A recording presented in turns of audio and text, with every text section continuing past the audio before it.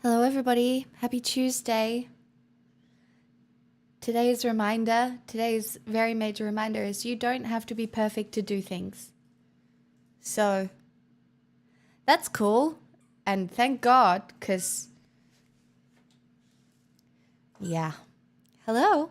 Happy Tuesday. Quezza, Gtamp, Ven, Atari, hello. Punky, Neuro, Party, hello. Ben, how you doing? Welcome, howdy. Oh my gosh.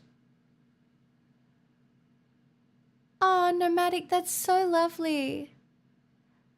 I didn't see that. No, and anytime people need to take a break from the internet is really like normal. It's normal. I feel like I would do it more often if it wasn't my job.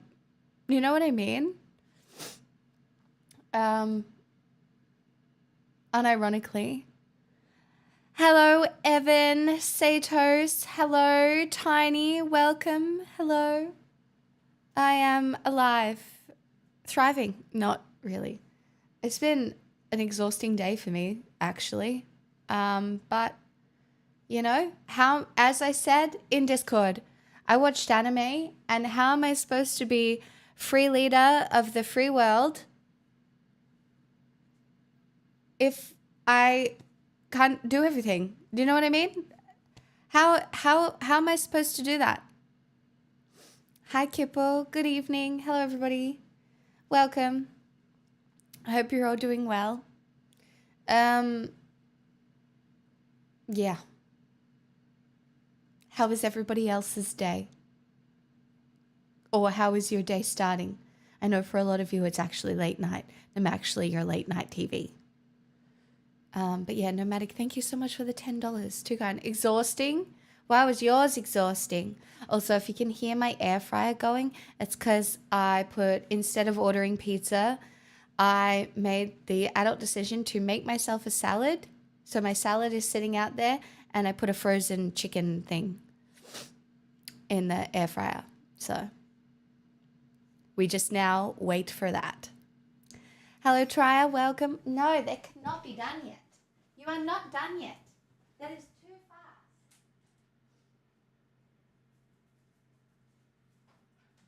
Ow!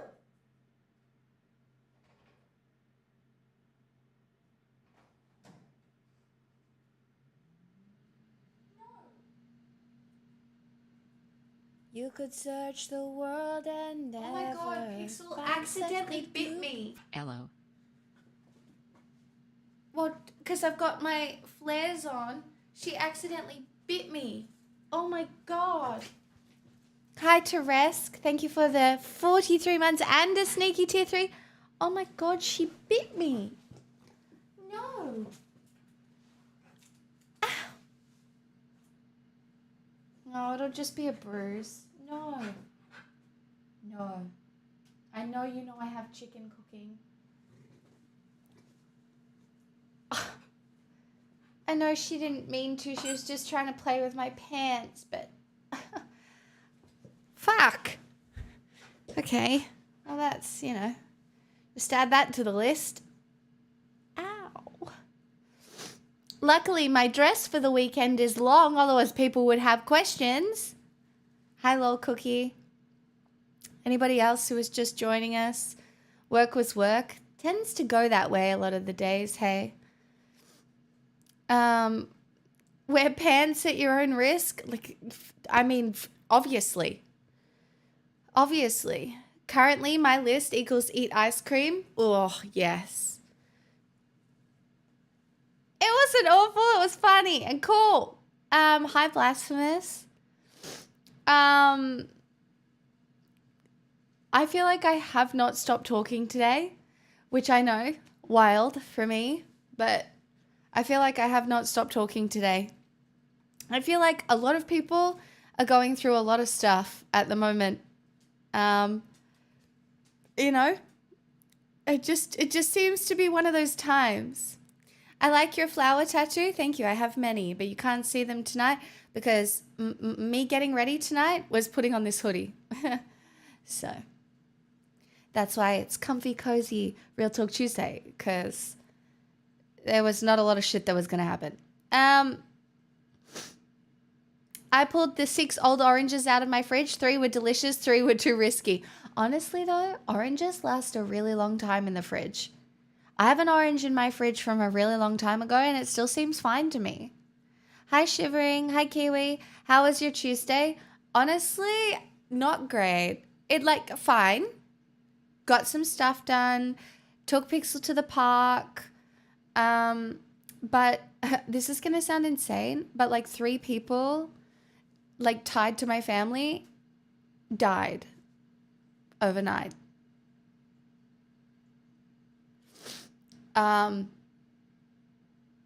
it's just, do you know what I mean? Like, it's just, one of those things. And then look, I'm just going to be very honest, just in case. It's not my loss. It's not my loss. These aren't my losses. But like, one of my sister's husband's friends died on a work site.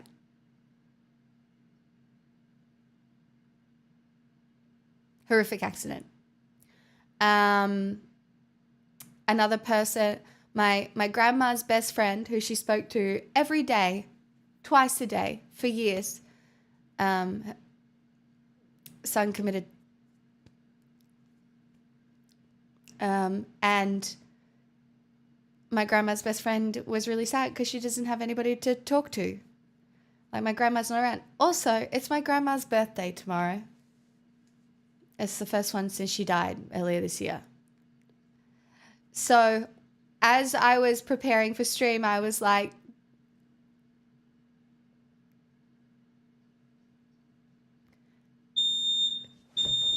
oh no, oh no, oh no.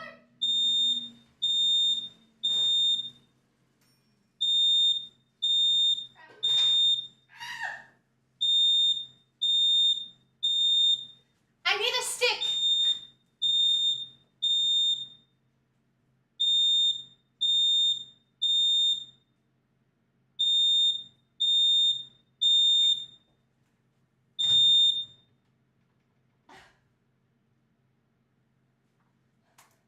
Oops. Oopsies.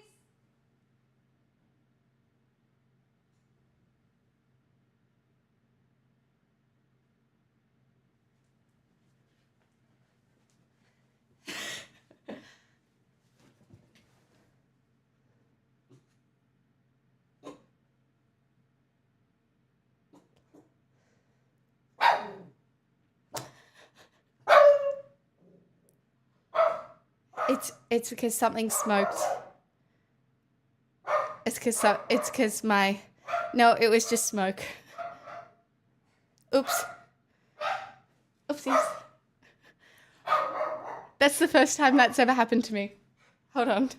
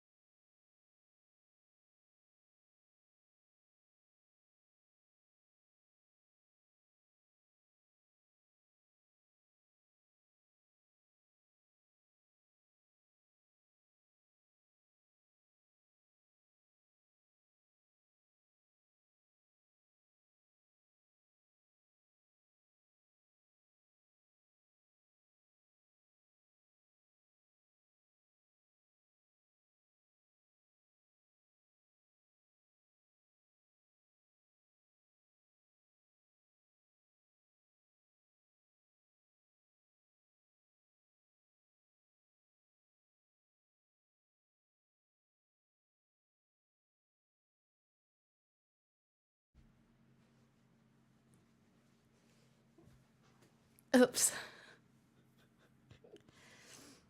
It's, you know how in an air fryer sometimes things with like oil overheat? Look, it's not, it's probably still raw in the middle. I don't even know if it's cooked.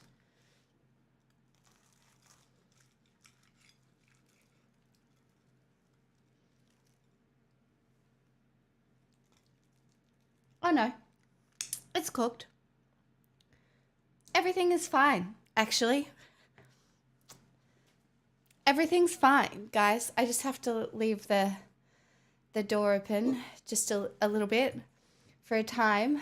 My air fryer has never smoked. Don't act like it's normal. Oh, mine's done it a few times. Because the smoke point of some oils is quite high, or low, or high. I don't know.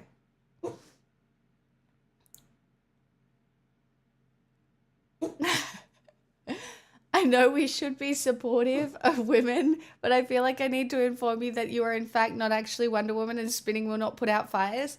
Hey, at least I found the stick quite quickly to turn off the alarm, where the alarm was more scary than the fire. Well, there was no fire. It was just smoke. It's fine, guys. It's nobody stress. I have dinner. Pixie, I really need you to stop barking though, baby.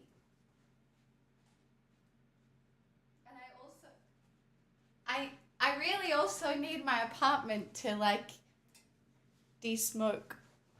Would be nice. There is no fire. Everything is fine. Just add that to my day. Just add that in. Just add that. But look, everybody, would you like to see my delicious salad? Look, it has lettuce and olives and bocconcini and tomato and cucumber. It's fine. Do you know this isn't even my big meal today? You remember how I said I was going to have like one big meal in the middle of the day? I did that today. I had a baked potato with baked beans, but I was sitting there feeling very overwhelmed on the couch and I was like, you know what? I can have a second one today. So here we are, post smoke alarm debacle of 2024. And everything is actually fine. So, very good.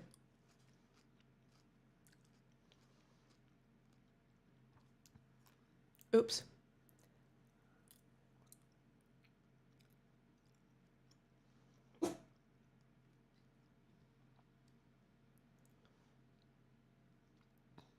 I often burn stuff like rice or beans. I get distracted. I set the thermostat to just keep the fan running in addition to popping all the windows open.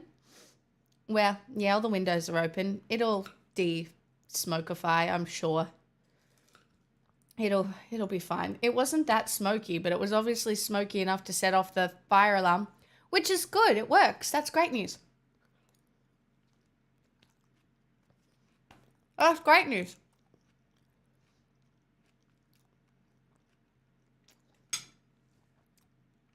Keeping it spicy, guys. So spicy, you know. Got to keep it interesting.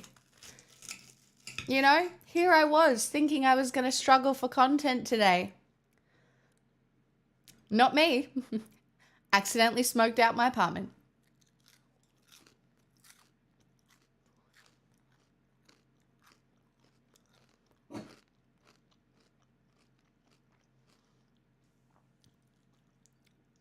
Honestly, I probably just should have put this in the oven, but I was feeling so lazy. I just didn't want to, you know.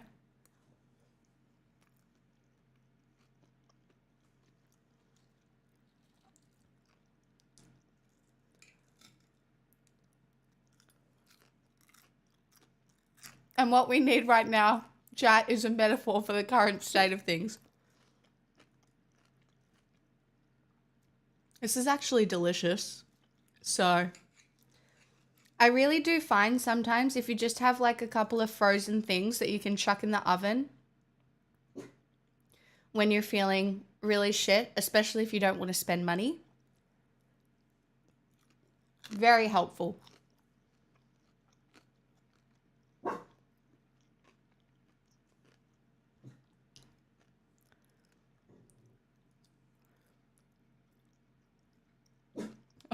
Blue. Valid.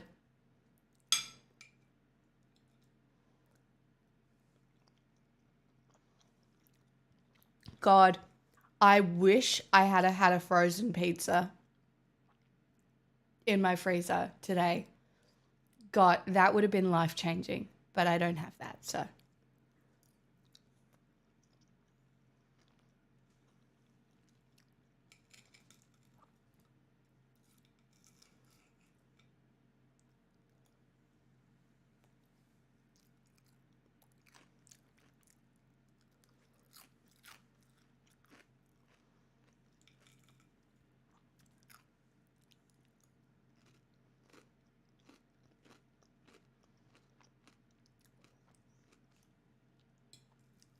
Better for you to smoke out your apartment than your neighbors? True.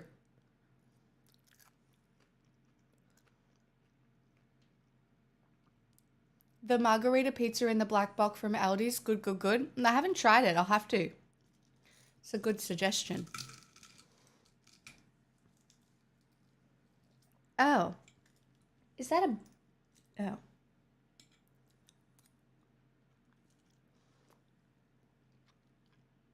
Do you have an air purifier to help get rid of the smoke? I do. Don't know if I can be bothered turning it on.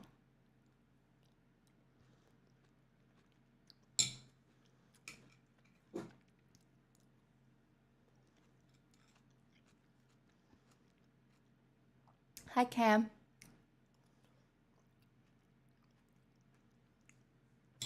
Imagine people joining the stream and being like, what the fuck just happened?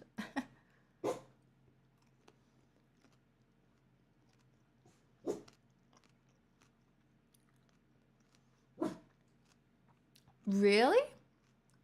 Me. Okay. A lot happened in the vicinity of my life today, and I wasn't even going to stream. And then I was like, I'll order a pizza. And then I was like, I don't even feel like pizza.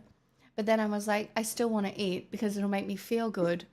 And like a way that I will be able to talk to people.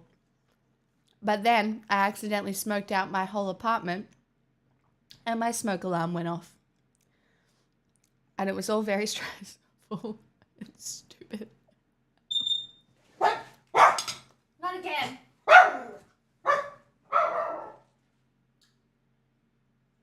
What does that mean?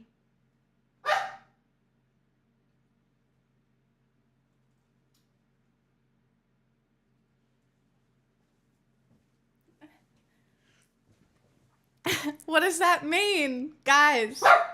Shush. I know. I know. It's okay.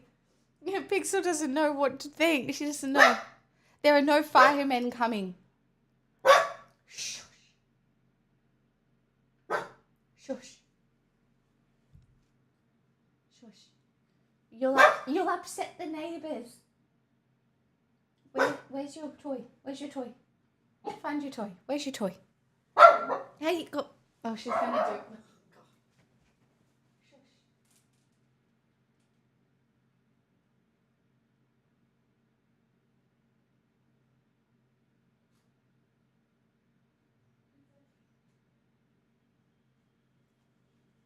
Everything is fine.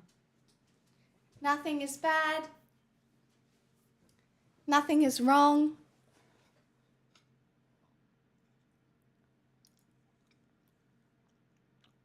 Olives are delicious. Chat, are you an olive yes or an olive no person?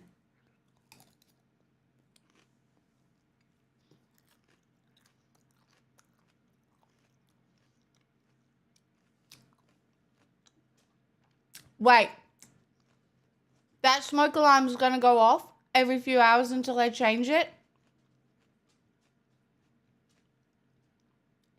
No. No. No way.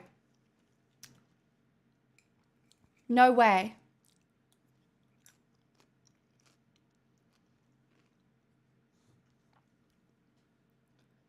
Just chirp?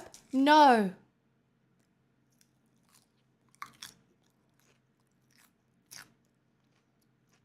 No, the battery won't be low. That's the first time it's ever gone off. And it got fixed and changed not that long ago.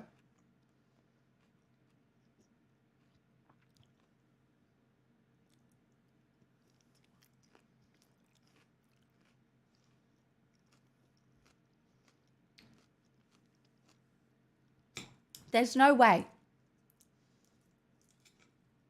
There's no way.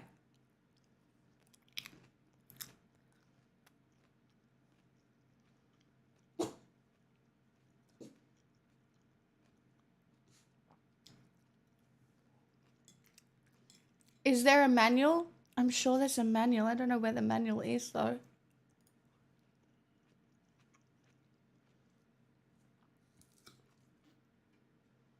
If I have to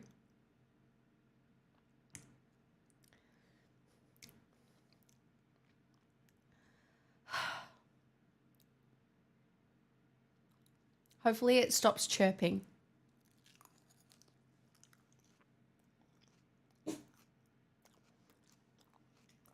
I'm not going to burn down my apartment. I just accidentally did a little smoky thing.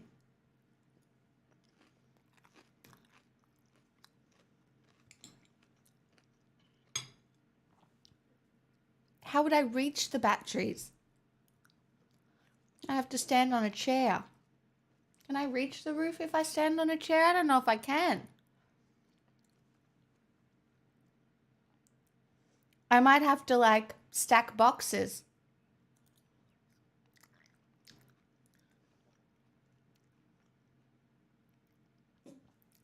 A tall friend. That's a good point. I do have tall friends. How'd you stop the fire alarm when it was going off? With a stick?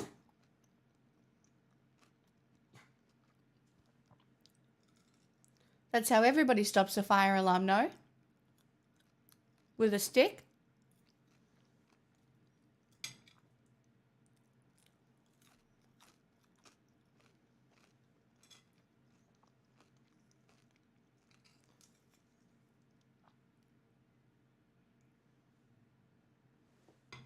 So brisky mouthful.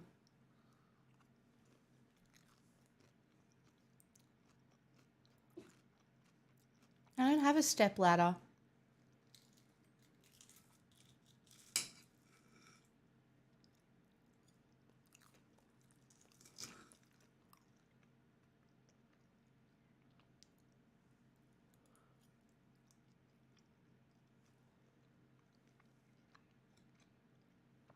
Chat, in the end, probably should have just ordered pizza.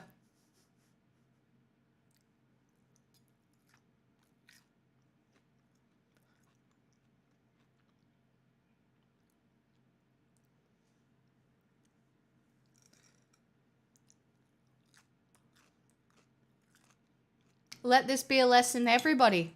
You should always probably just order pizza. Boy! I was painting the house on the weekend with my step ladder. I don't get along with my real ladder.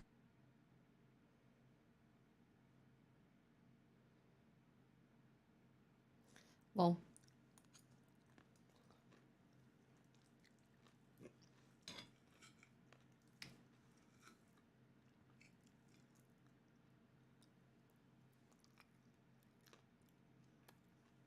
swear to God.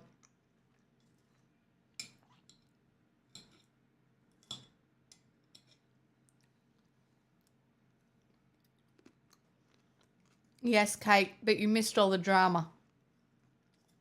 I set my fire alarm off. Oops.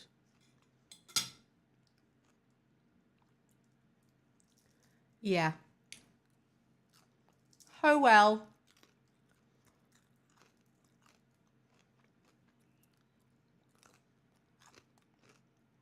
I'm not summoning firemen.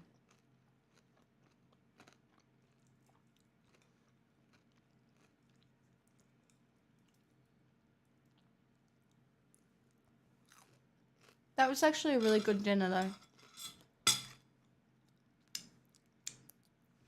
Fuck, I'm an idiot.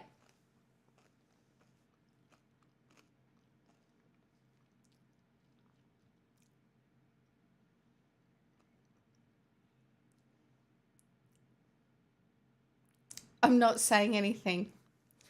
Hey guys, anyway, I am your new capable free leader of the free world who can deal with a fire alarm. So, put your faith in me.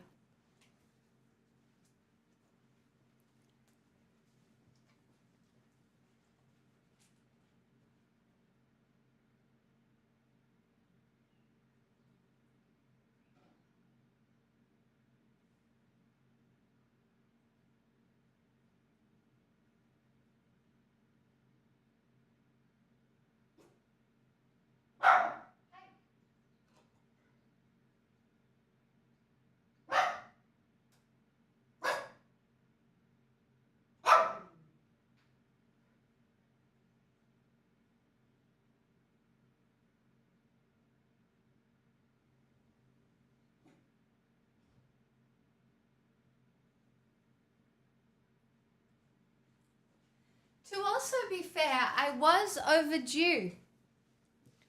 I was overdue for like saging my apartment, and I feel like I just accidentally cleansed my apartment. So that's good.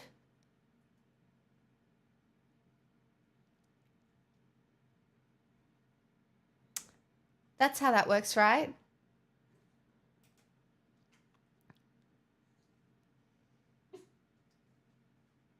Like technically it was garlic smoke, and I don't think any like bad spirits can survive garlic smoke.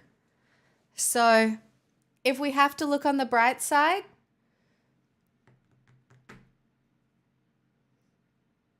found one.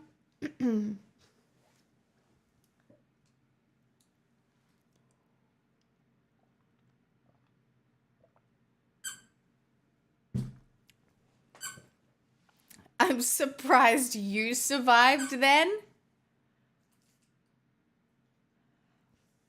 I show up here every day and display unabashedly my stupid personality on the internet. So you all feel a little better, and you're gonna hit me with that?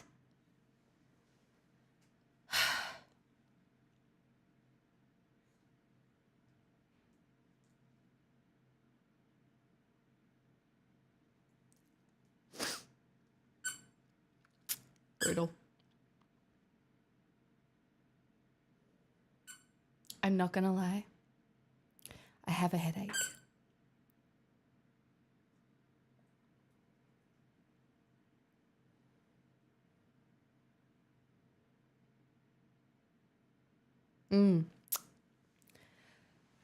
Oh, that was just so stressful, and now I'm exhausted again. And I already ate all of my jelly. God damn it. What's a girl to do? Seriously. My life's a mess.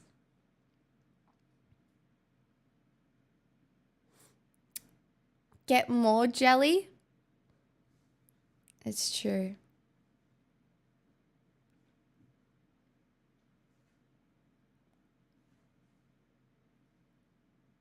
I don't think I want any more jelly though. This calls for more snacks. I've been in a real snacky mood today, actually. Like, I have been very hungry. I know I'm not pregnant, but I have been very hungry. It could be all the working out that's going on. Order frozen yogurt.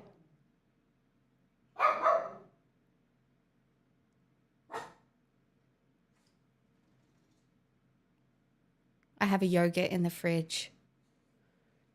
That would be ridiculous behavior. It's the gym. Your body is craving chicken constantly like Hassan. Of course. Hi, Pix. Proud of you. Vox, you haven't been here for the first... Were you here? Did you just see what happened? Did you just see what happened? If you don't know what happened, you just got here. Chat, how about you explain it? How about you explain what happened in the first half an hour of this stream? Hi, Vision. No more gaming. No more porn. No. We're going to Can go I back even and order learn how to frozen dance. yogurt? Would it arrive frozen? Enabling Froyo. If I'm being enabled.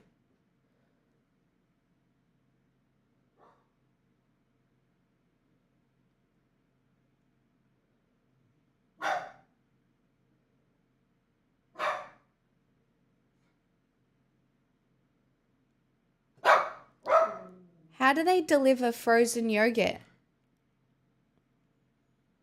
Worst case scenario, you're ordering...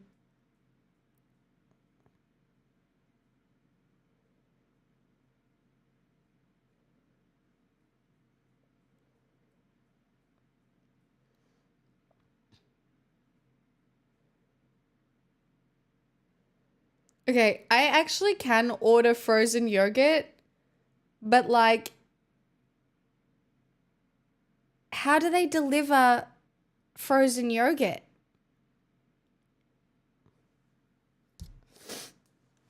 They have cooler bags?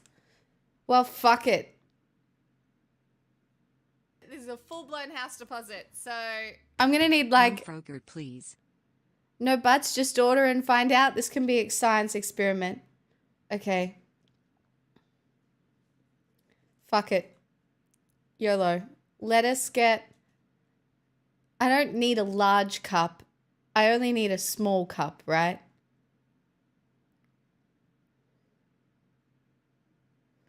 I need a small cup.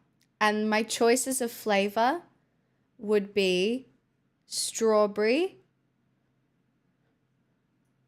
I think I just want strawberry.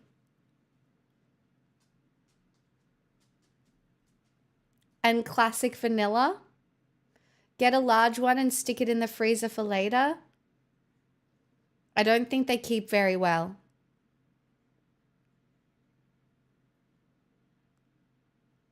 Small cup will melt quicker. Fuck. Okay, fine. Fuck. God. This is insane behavior by me and all of us. Fucking God. Fuck. Okay. Strawberry and vanilla. And I would like fresh strawberries and strawberry mochi and strawberry fruit pearls and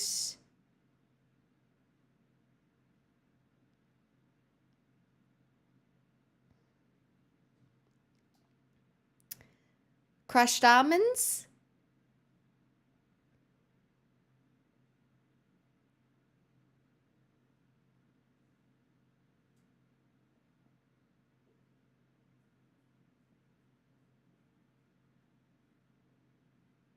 Thoughts?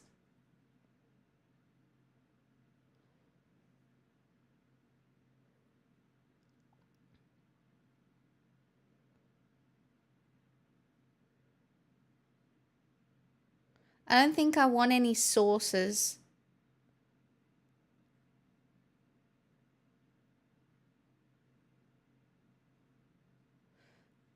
Wait, I need to spend 80 cents. God damn it. Hold on.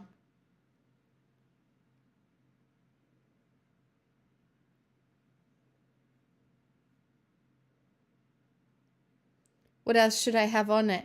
I can pick one more thing.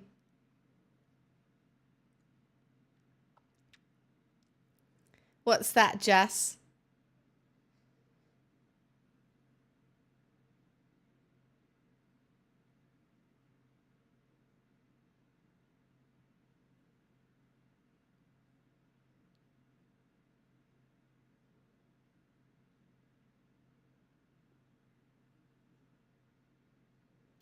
Okay, chat. I'm paying the $4 for priority. Should I? Nah. But what if it melts along the way? Hey, Suplex City. Yeah, it's $4. Do we just go standard?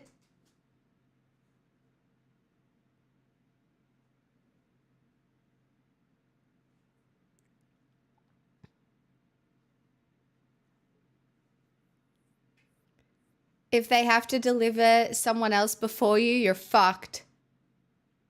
That's what I mean. What if they get somebody else before me and then the frozen yogurt melts?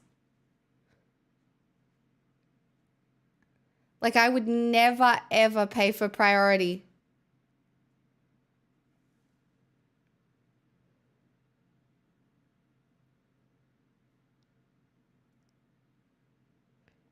How much is standard? Free.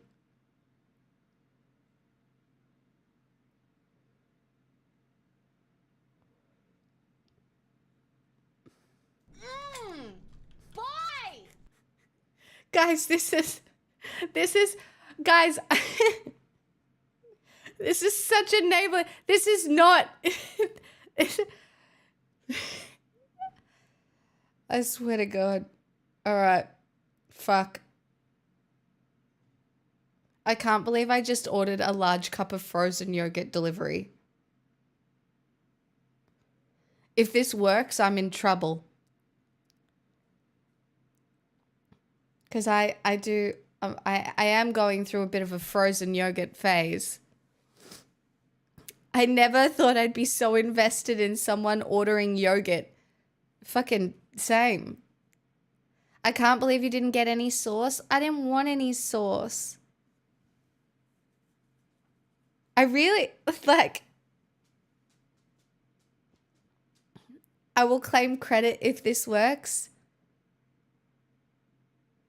Jesus. Reminds me I need to add ice cream to the shopping list. I will claim credit if it gets there not melted. All right, we wait and we see. We wait and we see.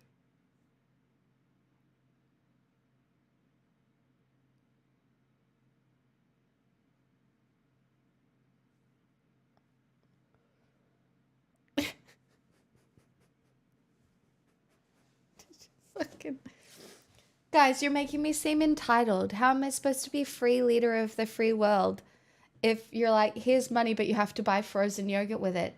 How am I going to pay for roads and infrastructure? Okay? How am I going to do that? Huh? Tithing.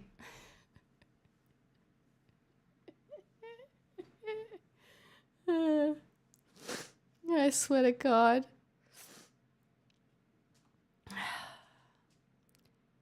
I feel like the reason you guys wanted me to order frozen yogurt then is because you did just get so much enjoyment out of me almost accidentally burning my apartment down, which says a lot about you guys. But also I just want to remind everybody of how capable I was and how I fixed it so instantly. I knew where the stick was. I was able to engage the stick and fix the situation. So, don't forget that. Don't forget that.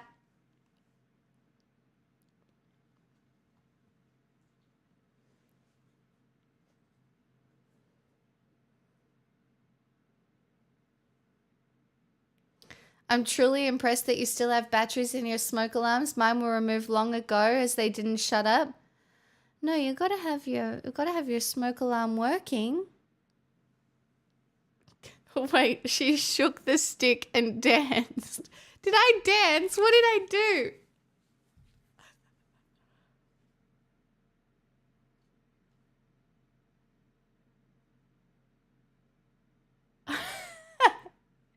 Oh, that's not me dancing. That's me blowing the smoke away. from the smoke alarm, you idiots. I wasn't doing like some witchcraft. I was blowing the smoke away with my moves, okay? Yeah, because okay, if okay. All right, hold on a second. I'm a logical girl. Filled to the brim with logic. Now, what air spins? Hurricanes do. So do tornadoes. Air, when you want it to move, is good when it spins, okay? So spinning is actually a very logical choice to increase airflow.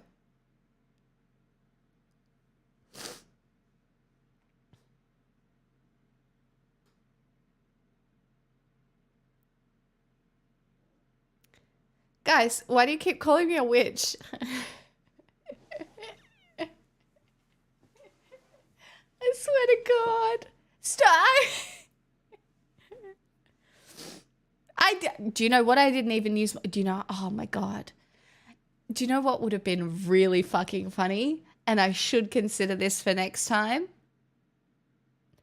If I had to stop the smoke alarm with a witch's broom, then you could have called me a witch. All right? But I didn't. I used a regular old Bunnings mop. Okay? I didn't show the broomstick.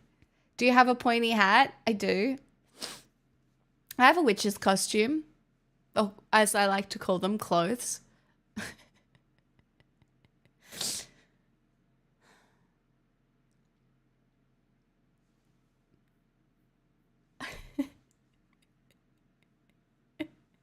Workwear.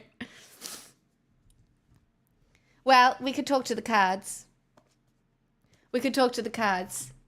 We could ask the cards whether or not the yogurt is gonna arrive frozen or not.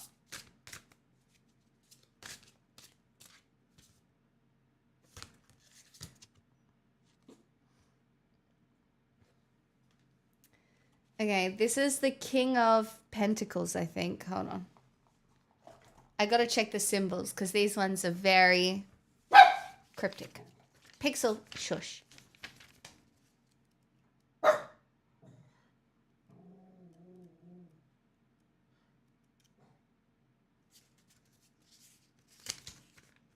Although, this bodes well, I think, because King of Pentacles is a good card. All right, you want to hear about me? A good host, a figure of serenity, a hospitable person, someone who inspires enterprise in others.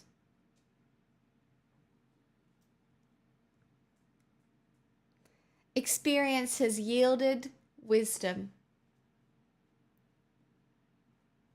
And then the card specifically. Well, obviously, because I am the King of Pentacles, I will be deserving of completely frozen yogurt. There was a custom in England to wear oak crowns and acorns to honour Charles II, who avoided capture after the Battle of Worcestershire by hiding in an imposing oak tree. These trees are also home to many insects, and their heartwood was used to make sturdy ships. The symbol is the crown with the acorns.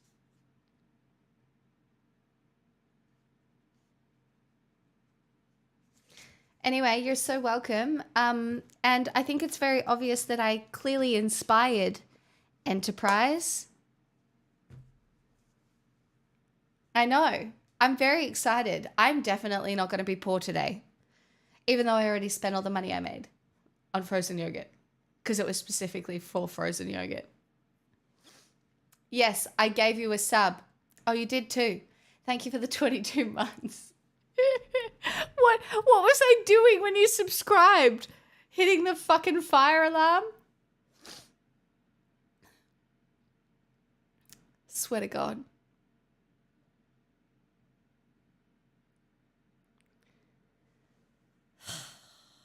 can't believe I did that. That's so stupid. Chas, the name of this clip, I'm very spiritual. Grab stick. Watch me summon rain like the ancestors. Yeah, what? This, what? It's fucked up. Honestly, I should have stayed sitting on my couch. You don't deserve me tonight. You're so mean. What the fuck? What the fuck?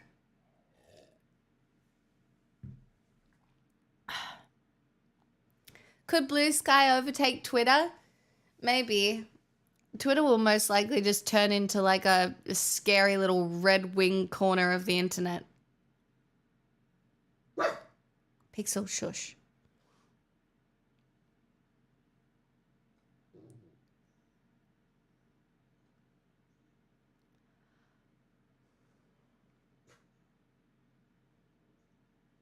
Twitter is half bots already. Twitter is an awful, awful hellscape of a place. Putin is officially dog walking Trump already. It started. I don't know what's going to happen. Like, shit could be so fucking crazy that for me to sit here and predict anything that's going to happen, you just can't. Because, like, I feel like predictability has gone out the fucking window. All we know is there's a bunch of greedy, fucked up, ugly men. So Thanks to @Jaeger08 Larson for my sub gift. Yay, thanks. Fighting over power at the top of the American government. CMDR, 17 months of hanging around. Thank you.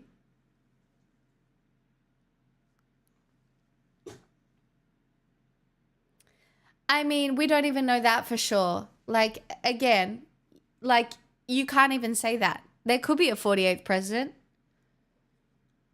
Like, Trump could get in office, die, and then Vance could become the 48th president. Like, we don't know anything for sure. You can't say that. But it could get so real weird so quick that making any predictions about what it's going to be like seems just, I mean, who fucking knows? At this point, I feel like so many of us, like, we can do our best, but so many of us are just along for the ride. I haven't watched all of Foundation. Actually, I do really want to watch that. It's on my list. I've been catching up on Yellowstone. He promised to shut down the US Department of Education. I did see that.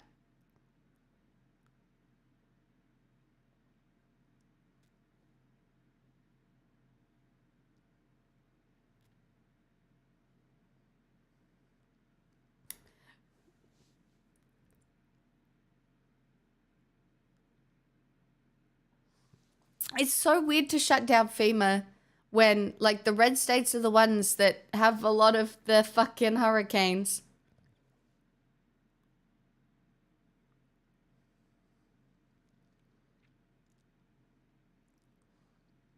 People don't realize how much functionality they need to support in times of crisis until it's not there.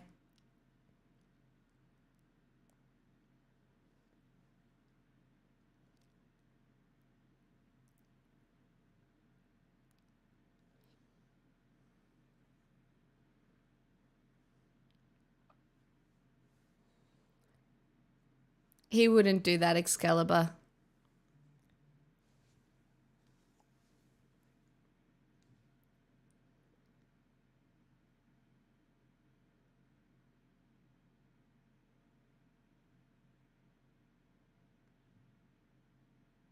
I was really hoping that was my frozen yogurt. It wasn't. It's my sister's talking about the fact that one of my nieces has decided to take up skateboarding.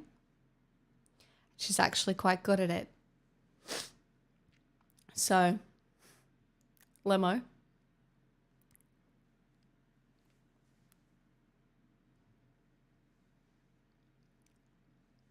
Yeah, she was a skater girl, guys.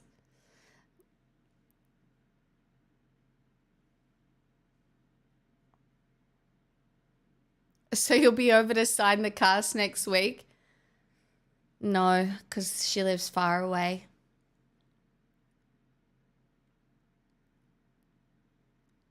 But yes, do I expect a broken arm or two?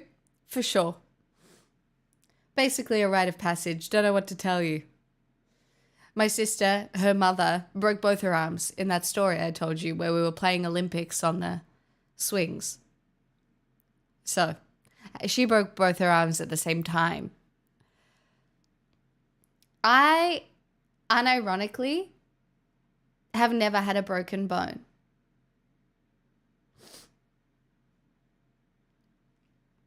But I've had the amount of joint issues I've had, insane. No, it's not even a broken bone. No, it's not a broken bone. It's the joint. The joint's fucked. Nothing is broken there. It's just the joint's fucked.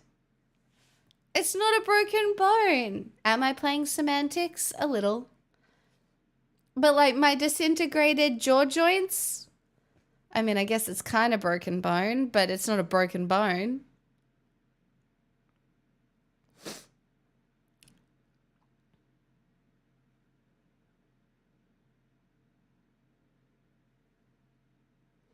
Molinum, I can understand. Look, people get really frustrated with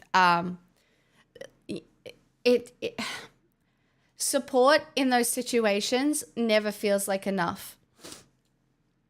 Chances are they're somewhere. I don't know if they're an entirely corrupt organization. We could look into it. But again, I just feel like lots of times they're doing things that you probably don't even realize that they're doing.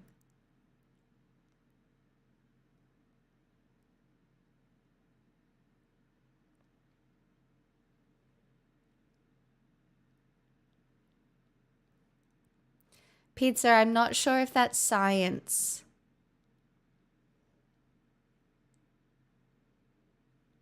I'm not sure if that's science. Guys, I feel like I'm not getting frozen yogurt. I feel like I'm getting frozen. I feel like I'm going to get soup. I'm going to get sugar soup.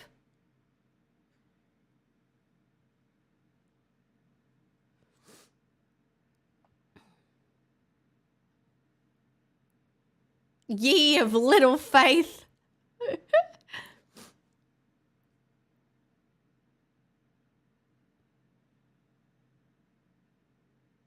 Support agencies like that are more to make sure the local area doesn't collapse. They're not really there for individuals because that would be communism or something.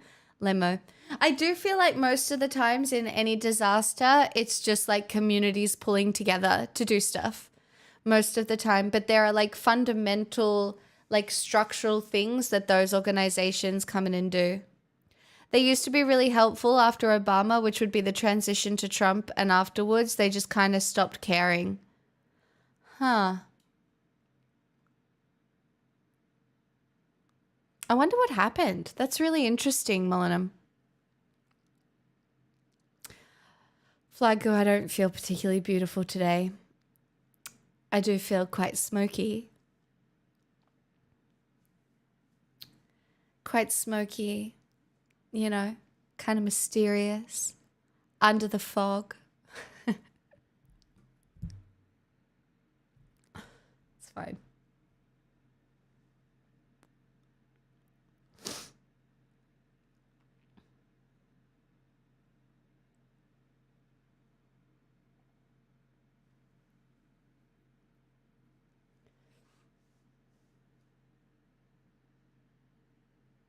The smoke left your eyes when set off the alarm.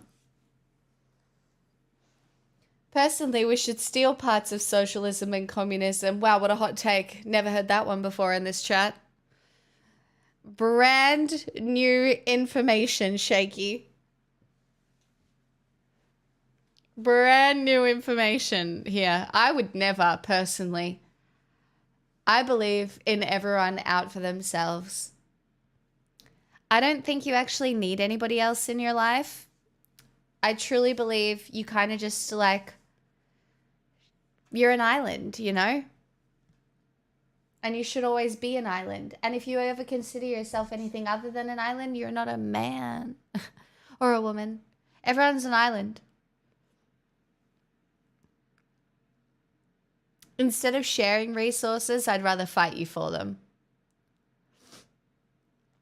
Because in the end, I deserve more than you.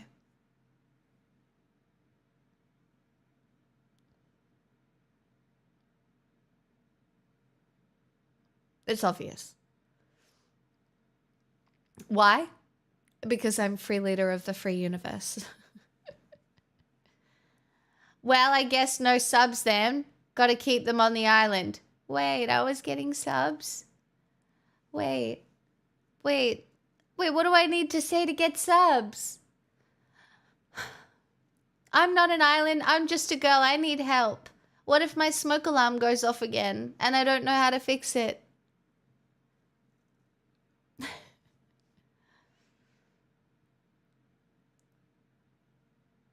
Oh, that's cool, Cam. Good for you.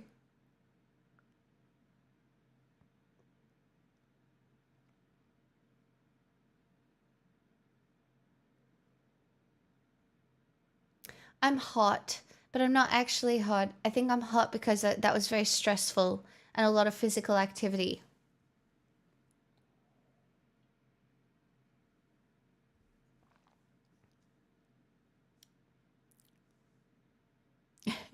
Leave that for the libertarians. Stop it. There are 2 little fur babies in my future. That's so exciting.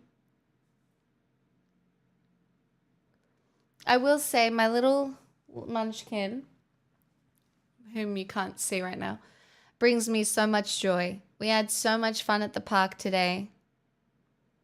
She's such a she's just I will say, to anybody who gets like a dog or a cat, they up your responsibility level by like, you have to consider them then all the time, and they up your responsibility level significantly. But what they do is also like make you sneeze. No, they just up the joy in your everyday life so significantly. Chat, could I be dying of smoke poisoning? This is a full-blown house deposit. It's unlikely, right? 57 months sub to our most deserving benevolent dictatorial cult leader.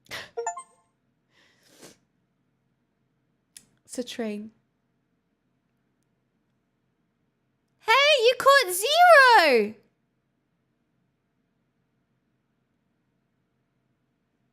Has that happened before?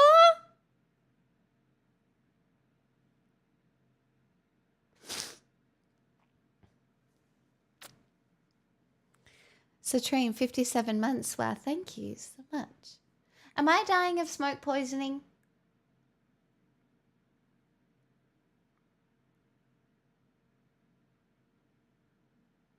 Seems unlikely, right?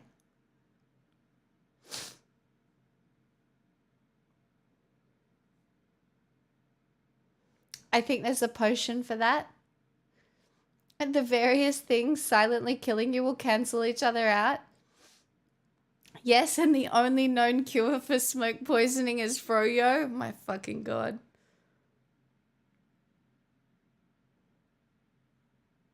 I'm actually making an audio clip you can play. What, one that says you're not dying?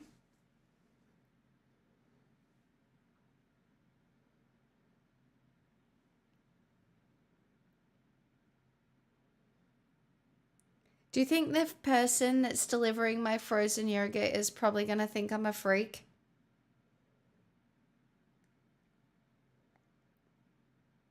Guys, I have bad news.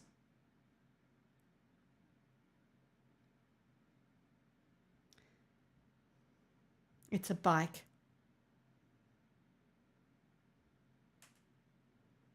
I'm looking at a bike.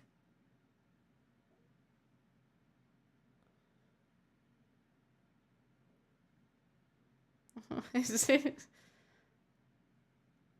Are we concerned?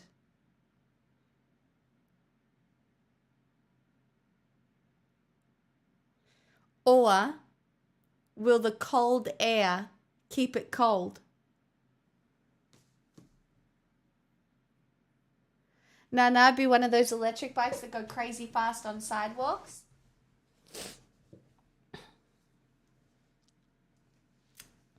Okay. We keep the faith. I did pull the King of Pentacles. We keep the faith. The gods have chosen. Gods have chosen delicious frozen yogurt.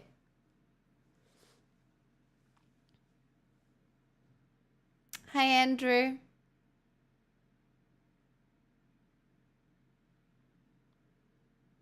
May the frogate be ever in your favor. Guys, I finished the anime last night. And then I Googled and it's getting a season 2. And I felt joy. The whole thing was just such sweet messages. So Japanese in nature, right? I feel like one of the most interesting ones, not really a spoiler, but like slight spoiler, Frieren is the one.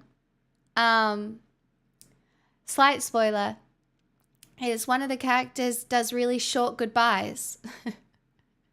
And I feel like it's so Japanese not to make like a big deal about saying goodbye to people. And it's like, they're not very good at saying goodbyes. They keep their goodbyes very short. And they're asked about why they keep their goodbyes short. And because they say because it would be embarrassing if we were to ever meet again.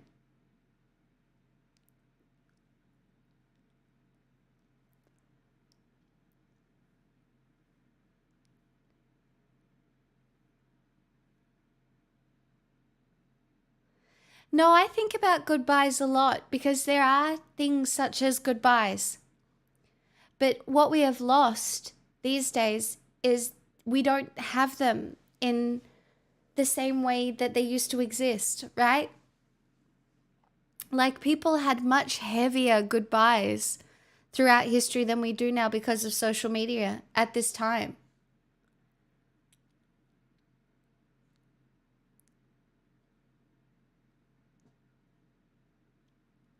And it's not like that anymore. Sometimes you don't even know when you're saying goodbye for the last time. And then you just have. Whereas like historically you would say goodbye. Like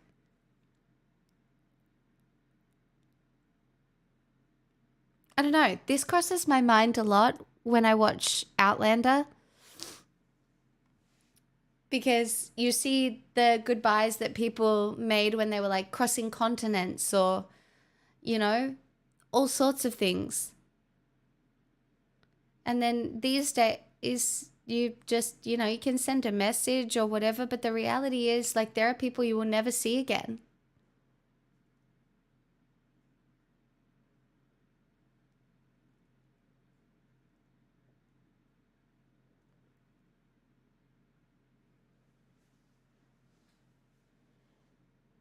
I feel very lucky I got to say goodbye to my grandma. Not that I really said goodbye. I just said she was the best grandma ever. And I was so lucky. It was awful. But I'm really glad I got to do it. It was awful.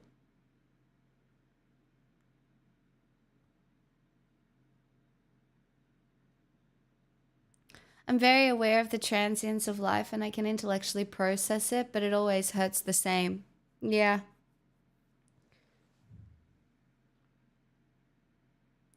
I take 10 minutes every time I end a simple hangout with a friend. I'm not great at saying goodbye.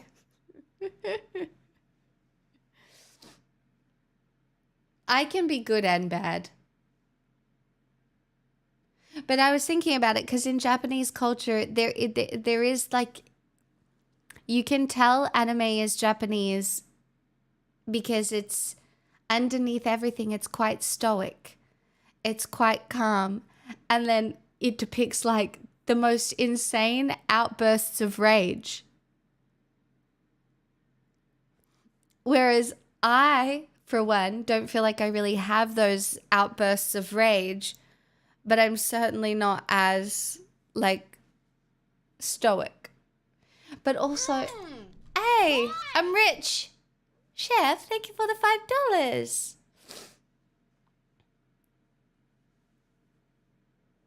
Also, I love how every single character in that show is like semi-flawed.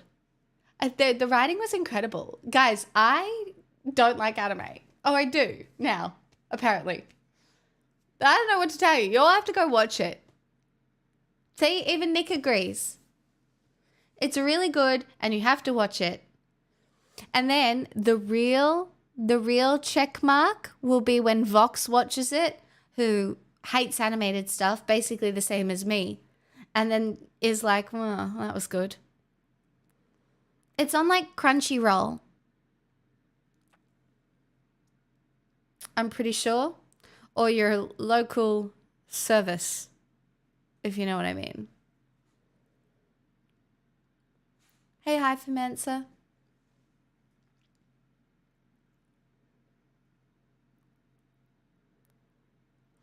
Modern goodbyes suck because of socials. There can be a goodbye that before would have been an actual goodbye, but nowadays you can sort of keep up with them.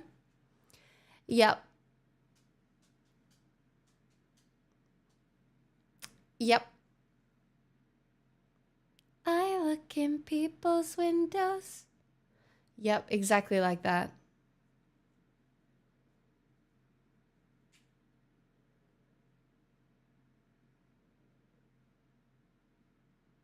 I'm not even a weeb. I just got recommended this anime and it was just really good and I really liked it and now I'm really excited for season 2. I'm one of those adults, guys. Like, you'll catch me very functional, thriving, but I think, I don't know, there's no shame.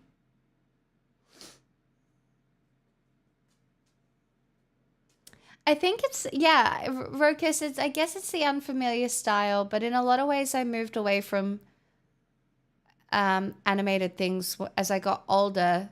Like, I watched Inside Out 2 recently, which was also incredible, to say the least. One of the most incredible depictions of anxiety I've ever seen. It was so well done. So if you haven't seen Inside Out and Inside Out 2, they're very good animated films as well.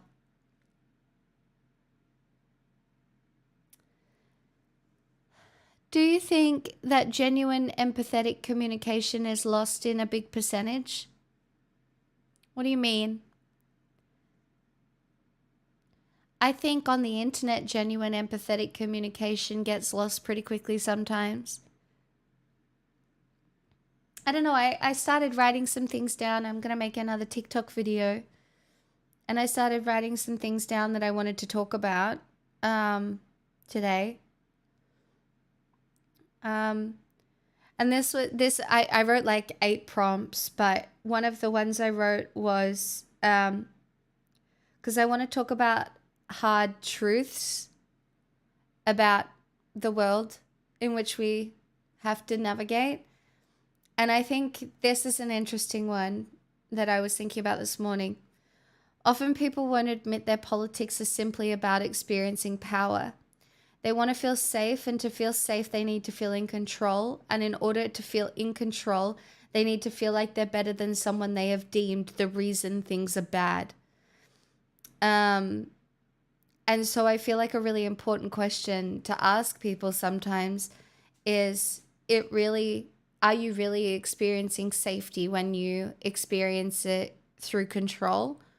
Or are you really experiencing safety when you experience it through community?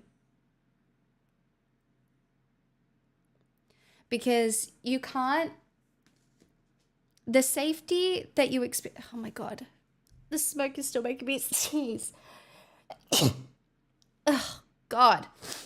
The safety that you experience when it's because you have power or control over other people is never real. It's never real. It's forced.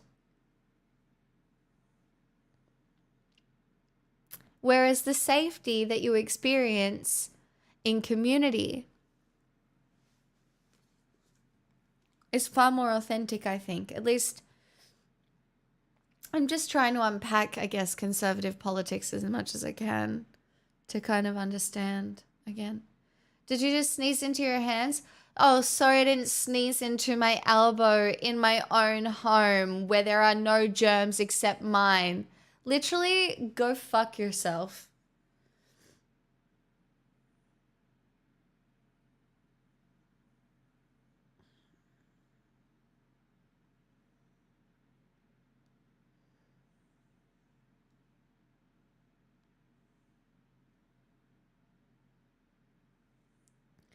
They're still wrapping up.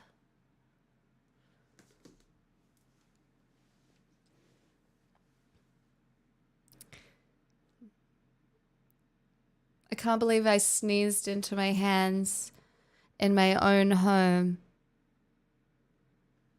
with my own germs.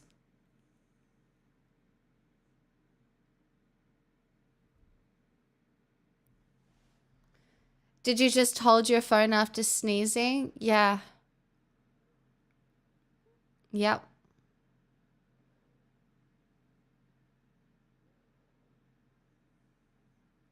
Should have sneezed into a jar.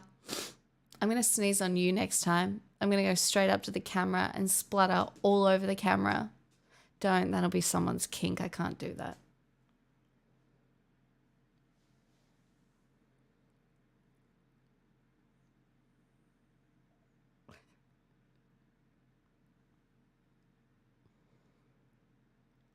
It's like trying to convince a child they can't actually live off Snickers bars.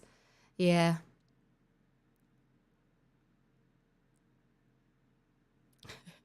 Brian. You'd also never get the lens clean again. True.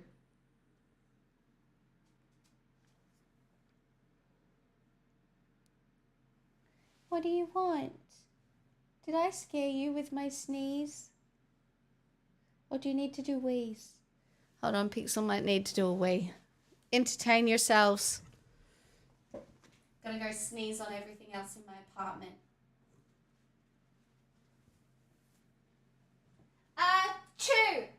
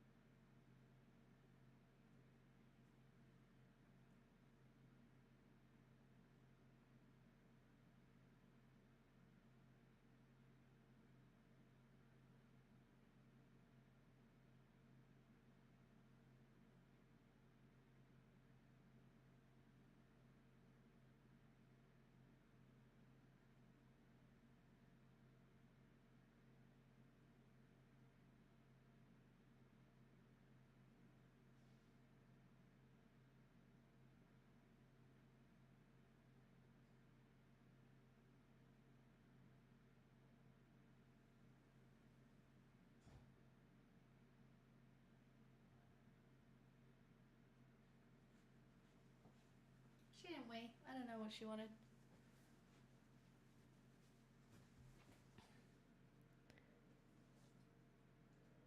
Bruh, Pixel has people over. That's like a germ factory. Do you know how clean I am? Do you know how often I clean? Actually, my apartment's kind of messy right now. That's a lie. But I'm pretty clean, and I always clean before people come over. How often do you think I have people over? I'm here, talking to you guys most nights. How often do you think I have people over, guys? Let's be real. Come on, hello? Use your brain cells.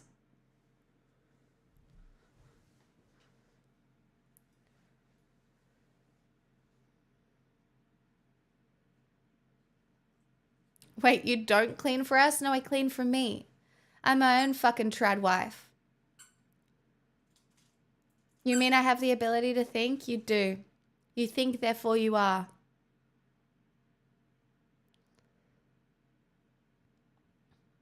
Party 24/7 in the other room. It's true. I actually have heaps of people over right now. They're all just sitting in silence. I mean that many times through observation, even in my own small society, I've noticed a lot of social cannibalism and imitation in a situation that clearly indicates that several avenues of human communication have been lost or simply do not work. Yes, well,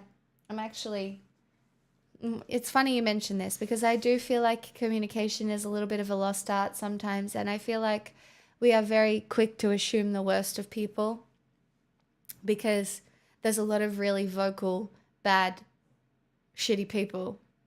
And those bad, shitty people get a lot of coverage because of the way algorithms work. Even when I was growing up, the news was always bad, and you wonder why, right? It's because the stories that get shared on the news are often, like, they always end with like a fluff piece. But most of the time, even when I was growing up, like, the news you would see was still kind of shitty. And then, you know, the social media and the way algorithms work has only increased that. Like, it's really brave to assume that not everybody is out to get you and that people will be good or people can be good. And it's a constant fight. And some people think that you are naive when you perceive the world that way. Do you know how many people think my politics are incredibly naive? And in some ways they are, right? I haven't existed in a war zone. I haven't had to fight somebody off for my life. I've had pretty traumatic experiences, but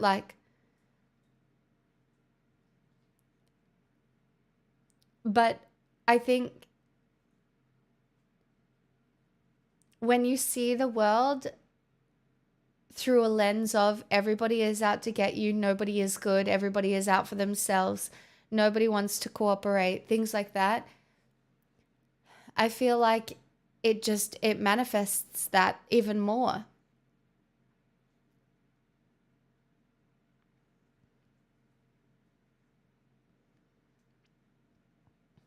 That would make sense, Famas.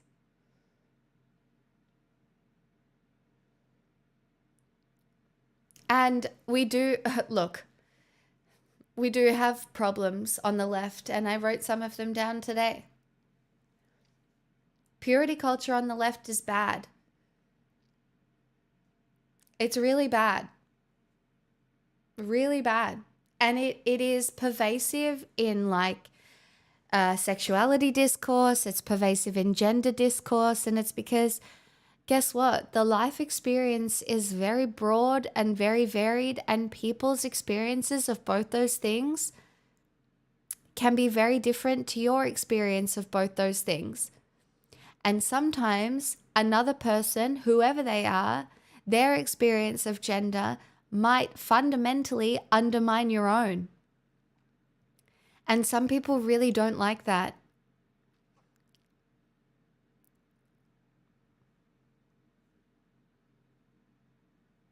Like it's complicated. It's complicated, but the more that you take the time to look at life through other people's eyes, the closer we'll get to realizing that somebody else's life experience doesn't undermine your own. And it's the same with religion. It's the same with religion. A lot of people feel like there's another faith that undermines their own specific one. Because faith is just that, right? It's faith.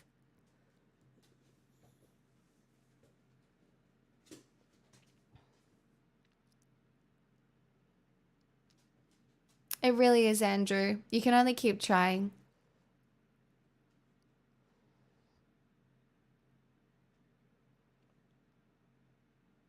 Closing yourself off, being combative never ends well, also means missed opportunities for positive life experiences.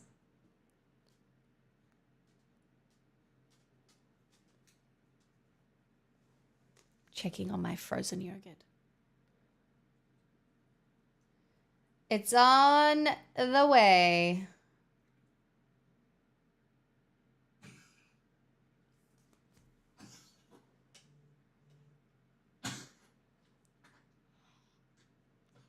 Fly, my little pretties, fly.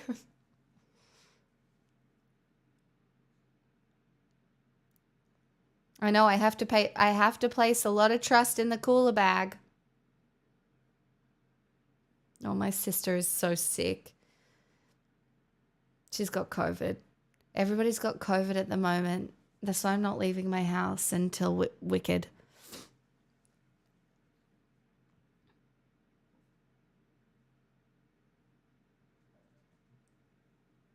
Thanks, Famis. I think it's going to take more of that.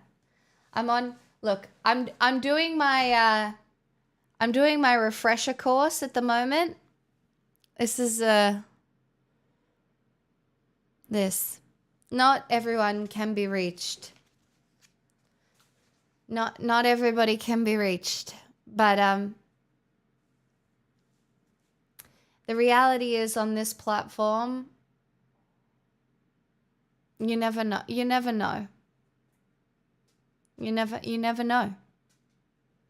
And it's not like I don't think necessarily I can change someone's fundamental beliefs, and I don't want to, really. It's not my business, but I can humanize myself, and I think humanizing other people is like really foundational to positive societal change.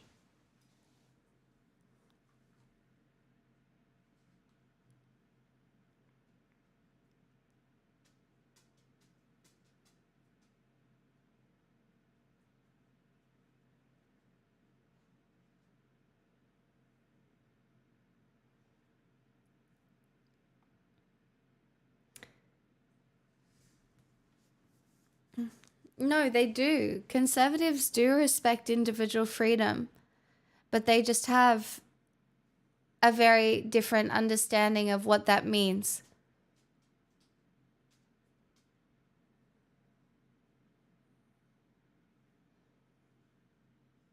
If you speak to a conservative, they would tell you they believe in freedom. They just have a fundamental, very different, potentially misunderstanding of what that means.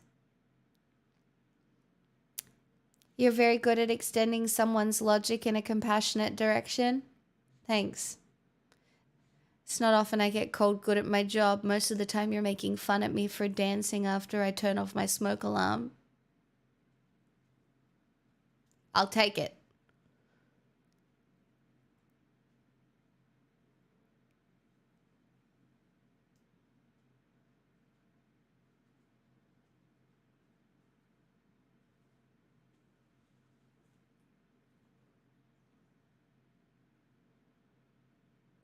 Evan, it just takes practice.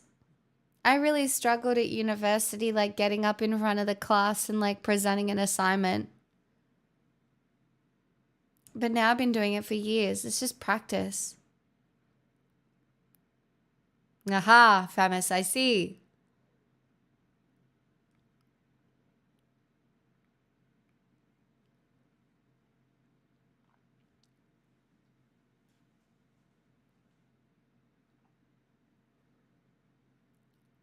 I can't believe I'm getting frozen here. I have a headache. I might be being CO2 poisoned.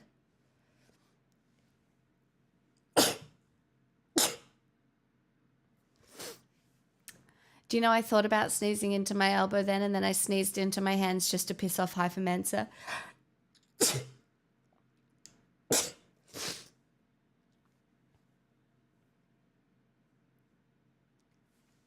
I think there is still smoke in here because I can't stop sneezing though.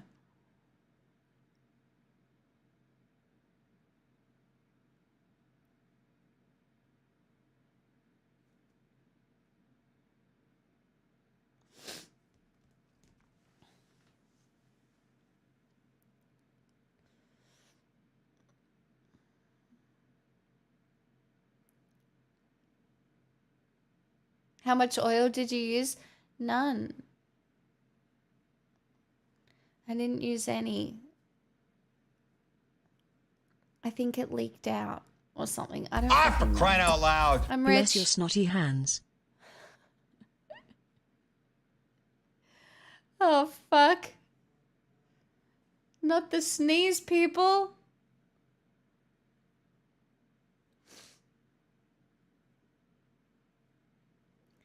I mean, I decorate for Christmas. I have a little tree I put up. I'm excited to put up.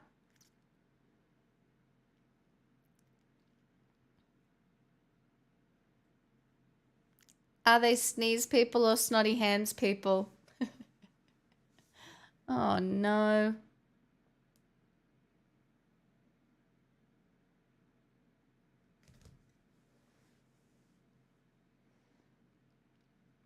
I don't know. I think silly little things like decorating for Christmas or things like that are really good.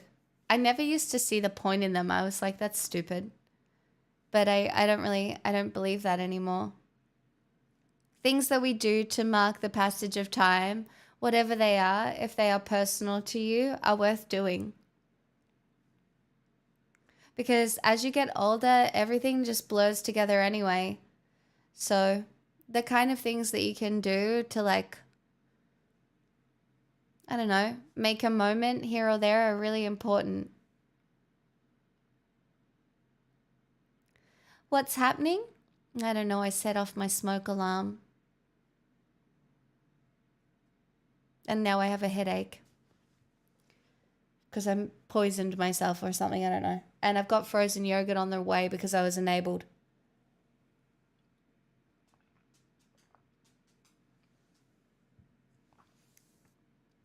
The gas was never on. I was using my air fryer. Is the headache stress induced? It could be.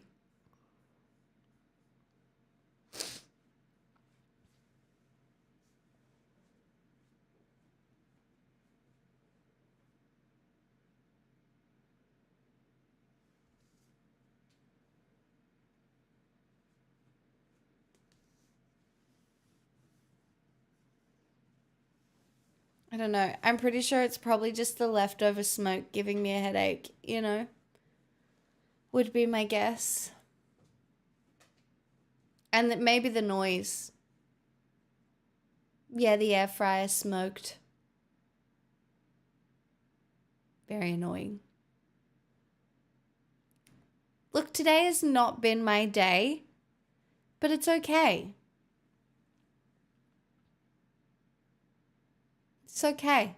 Not every day has to be my day. Sometimes it has to be your day, and that's okay.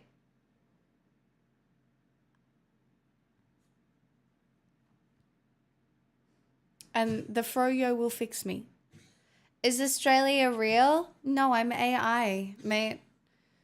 You think somebody as perfect as me is real? No.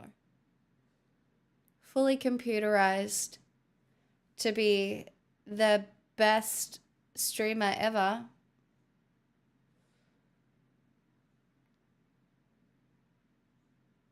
Whoa, what the Sigma? I know. So gangster. This the Dota 2 talking. I used to be much better at shit talking than I am now. I haven't played Dota in ages.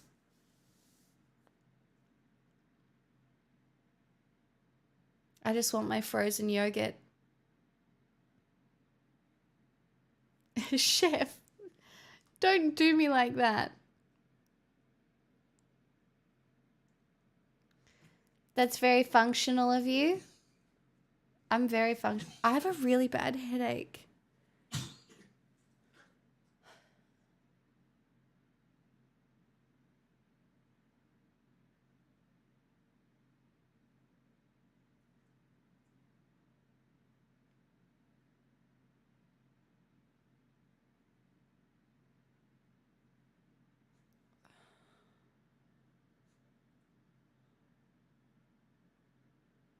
Like it's in the back of my head.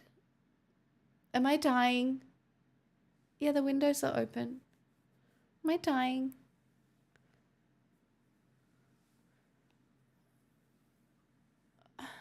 I'm dying, aren't I?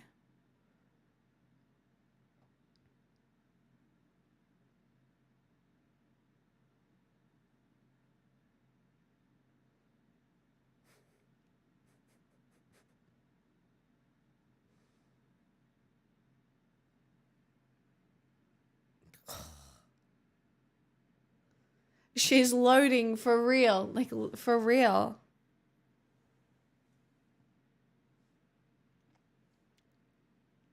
Yes, probably, but the antidote is on its way via bicycle. This is true.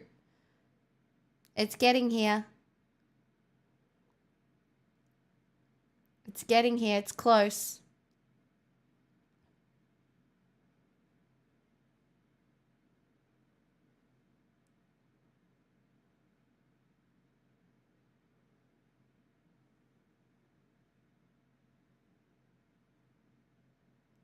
It's close. Gotta leave in about like a minute or so. Can you sing espresso? Yeah. Zamanani, nemanano. Is it that sweet? I guess so. Say you can't sleep, baby, I know. That's that me espresso. I am working late, 'cause I'm a streamer.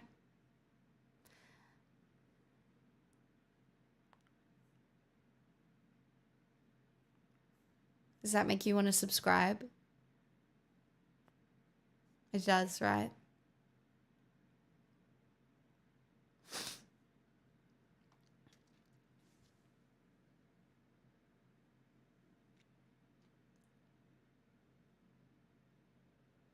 Guys, the time has come.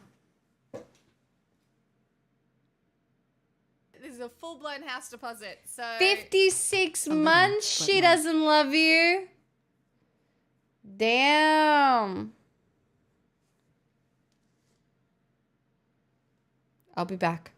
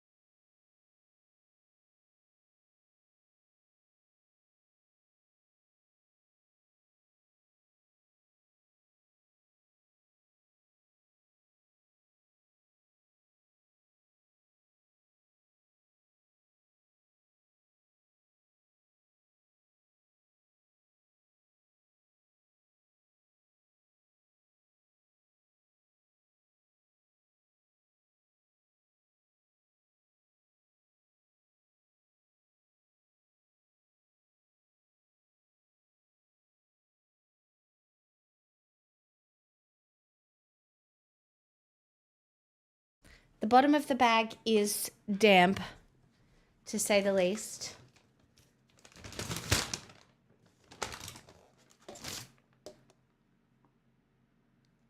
listen.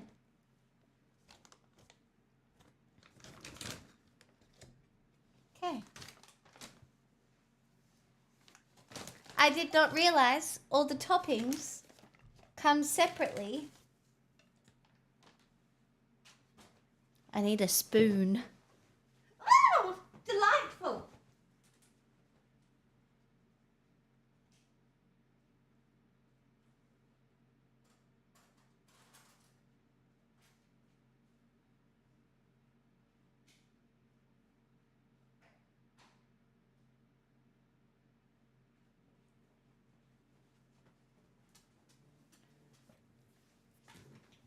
Get off my leg. No. No. Okay.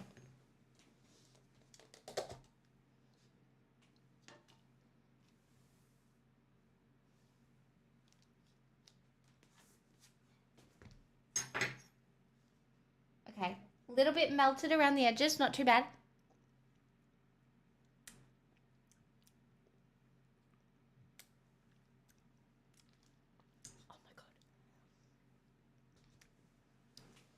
god. Okay. So, I got some vegan cookie dough.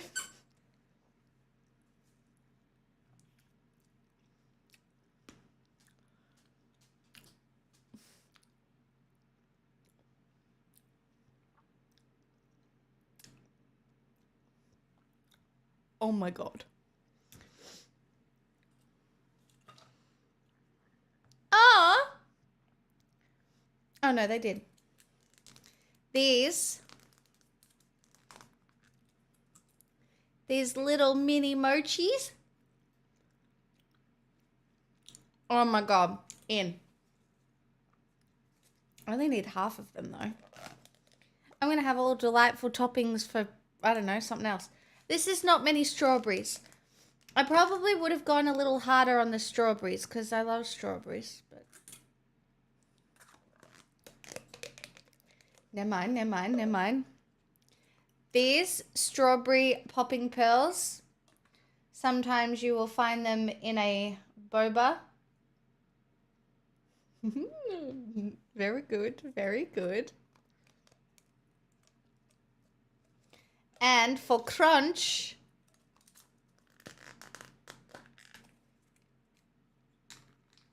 some little almondy thingies.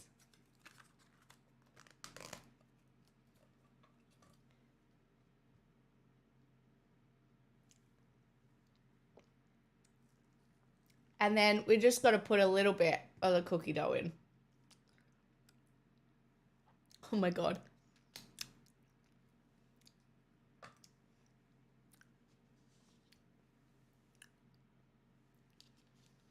It's a great day to be alive, friends.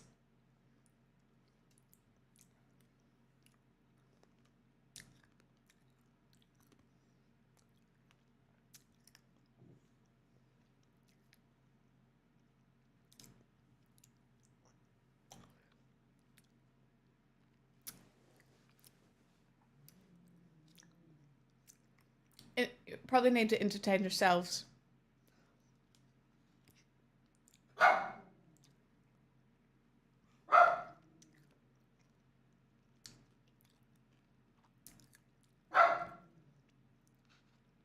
Aren't you glad you got froyo?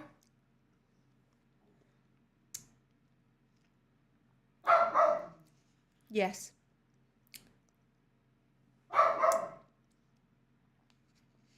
Yes, I am. It's a little cold.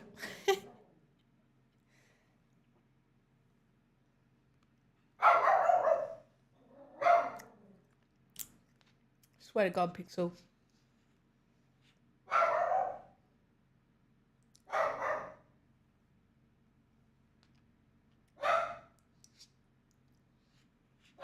I don't know what she can hear.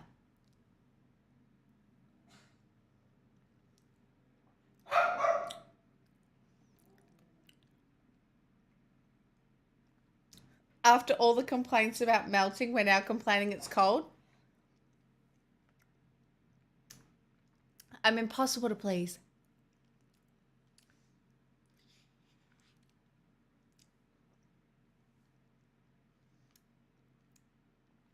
she's telling the people in the walls about the feast, I think she is kind of annoyed.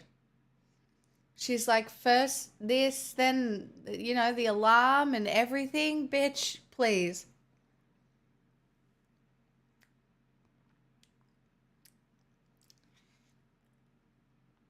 This is really yummy. I'm never going to be able to finish it all.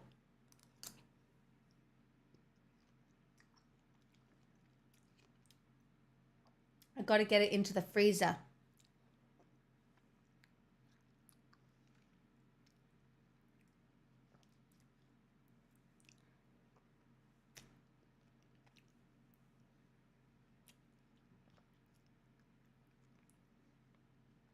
If it refreezes, is it good?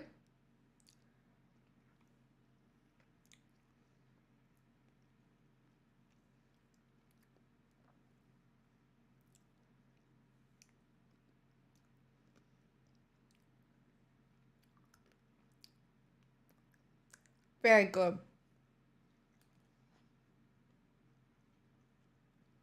This is really yummy. I am having a very good time.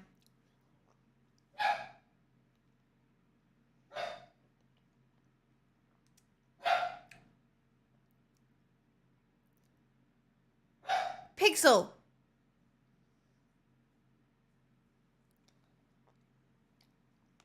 Rat bag.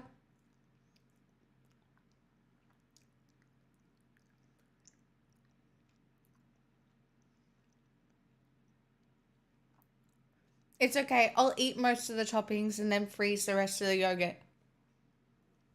And then put those toppings in the fridge.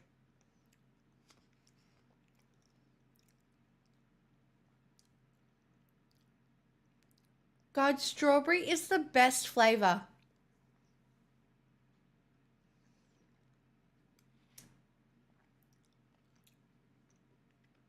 of everything.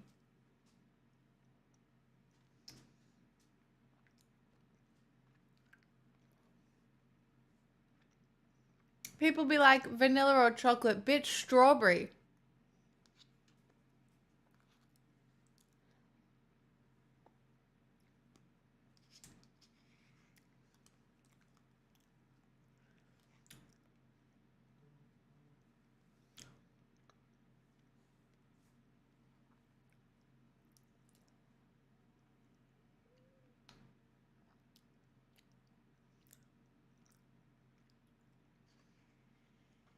Banana, not as good as strawberry. But I don't mind banana flavor things.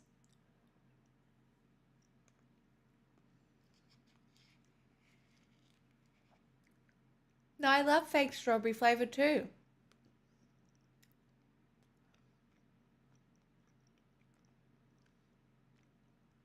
This is so much sugar. I'm about to become like very annoying and then I'm going to sugar crash.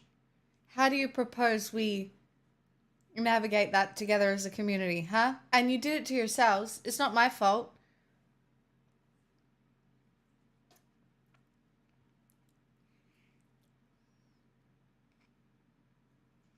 I accept no responsibility.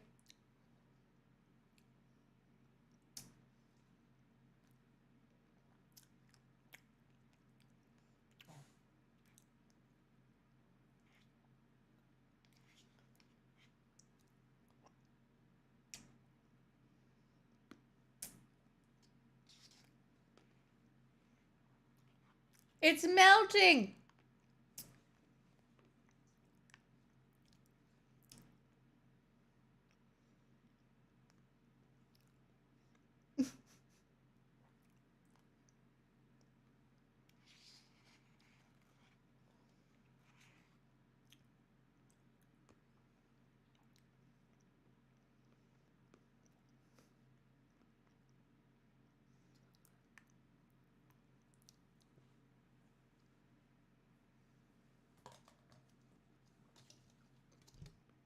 Must get to freezer.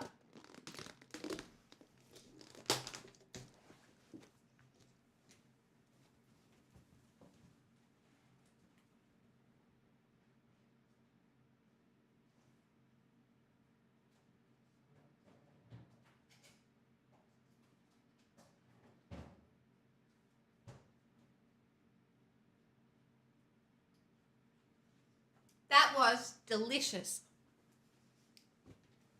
Now, what if I just eat the little bit of cookie dough out of the cup?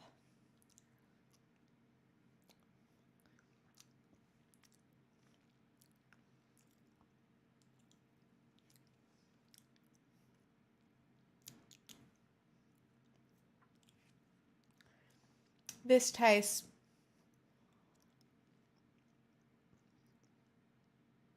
like a future heart attack.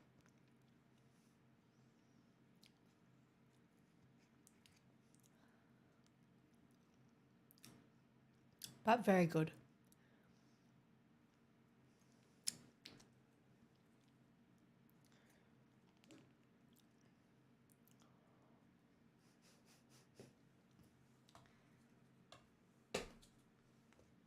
I will return. Do not miss me too much. Also, I love fake grape flavor too.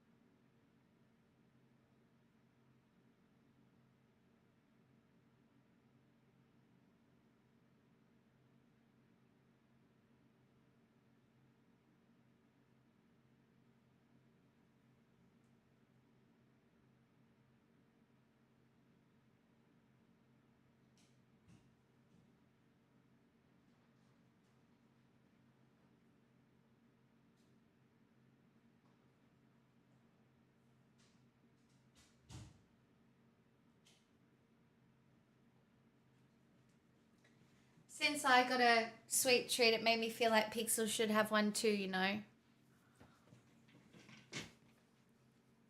Come here. No, they can't see you there. What about that over there?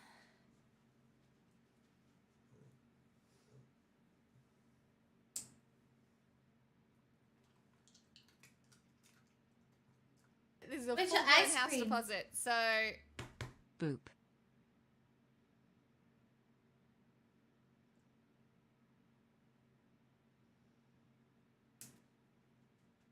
Hey! Oh, you were so clever! See? Drop.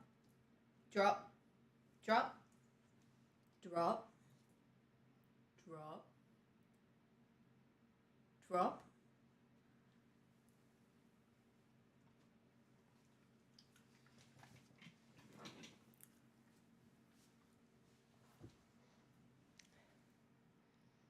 Hi, Sorodium. Thank you for the 64 months. Wait, why were you dobbing in Sorodium? What happened?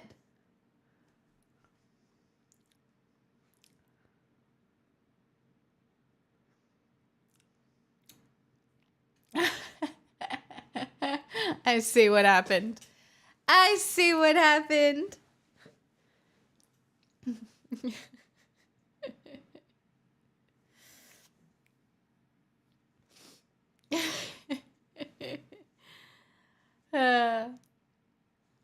Chat, you have about 10 minutes until I fully sugar crash. So how are we doing this? What do I do? What is the way around this? A sip of water. A sip of water and more sugar? I don't think that's how that works, right? I'm almost sure that's not how that works.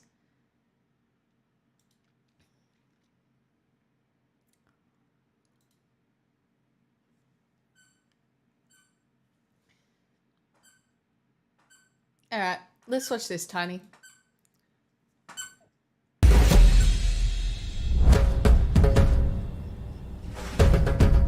Let's see what happens.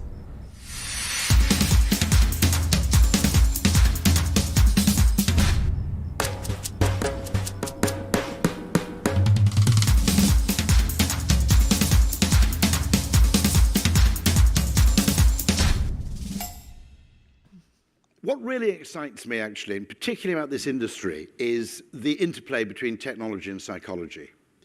Because quite often we get stuck in a mental rut.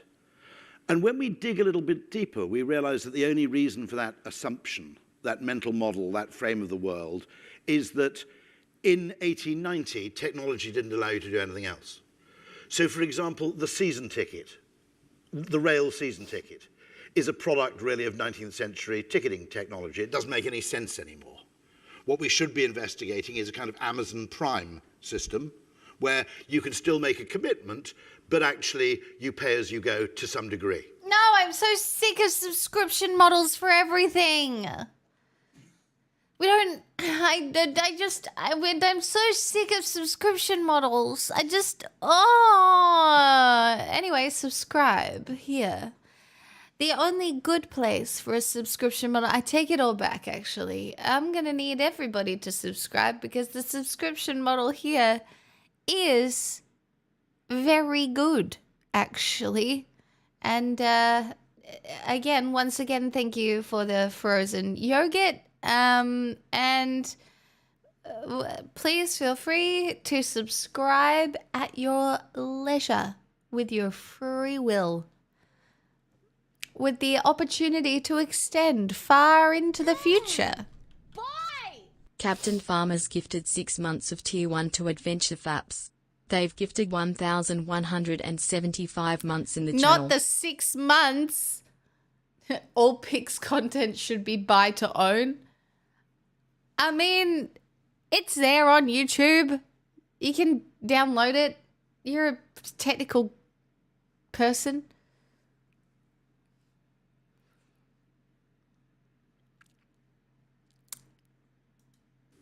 And there are loads and loads of opportunities, I think, in this industry for us to do something quite exciting.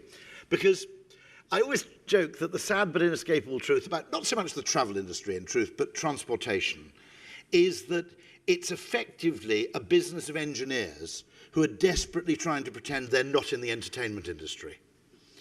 And I remember talking to the board of British Airways once, and I said, if I didn't work in advertising, I think I'd work for an airline. And they said, why? And I said, because what I absolutely love about airlines is the mixture of absolutely hardcore logistics. How do you get a replacement fan blade, delivered from Dubai to Kuala Lumpur by 3 o'clock in the morning?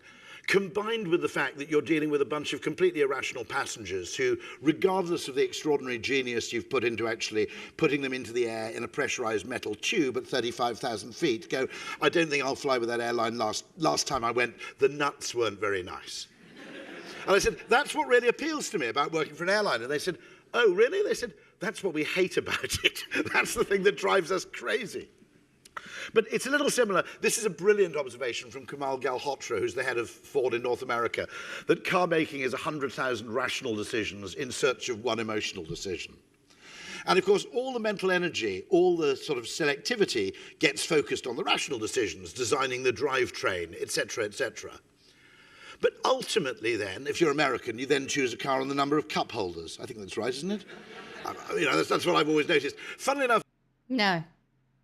Volkswagen, despite the fact they got fined many billions of dollars, Volkswagen only had about 0.5% market share in North America, and the reason was that German engineers refused for years to put cup holders in the cars.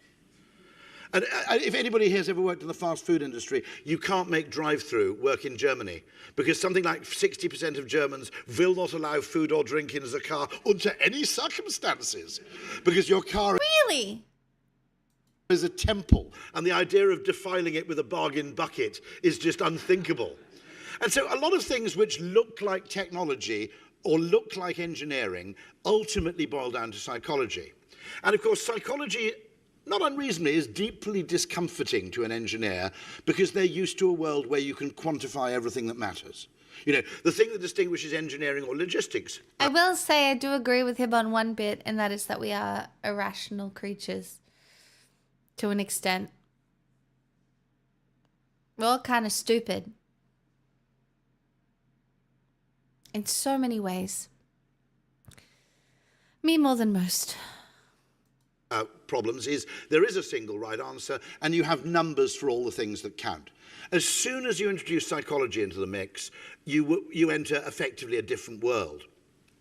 And I ended up accidentally becoming famous on the TED Talk circuit, really because of what was partly a joke, which was I merely said, you know, if you looked at problems psychologically rather than technologically, you might come up with different answers. And at the time, this is, God, 2007, I think it was, 2009, we just spent £6 billion reducing the journey time of the Eurostar from London to Paris from about 3 hours 20 to 2 hours 40, something like that. And it cost £6 billion because it involved building a completely new track between London and Folkestone. And I said, to be honest, why don't we stop looking at the quantity of time and start looking at the quality of time? Because even though it took longer to get to Paris by train before they'd spent this money, people were still deserting airlines in droves and travelling by train, even though it took 3 hours and 20 minutes. And the reason was nothing to do with the quantity of time. It was to do with the fact that on a train, you plant your arse in your seat, you have 3 hours to read, watch a film, or get on with some work, and then you arrive in central Paris. The plane is faster, but it basically has an hour of dicking around at the beginning and an hour of dicking around at the end, okay? And I said, you know...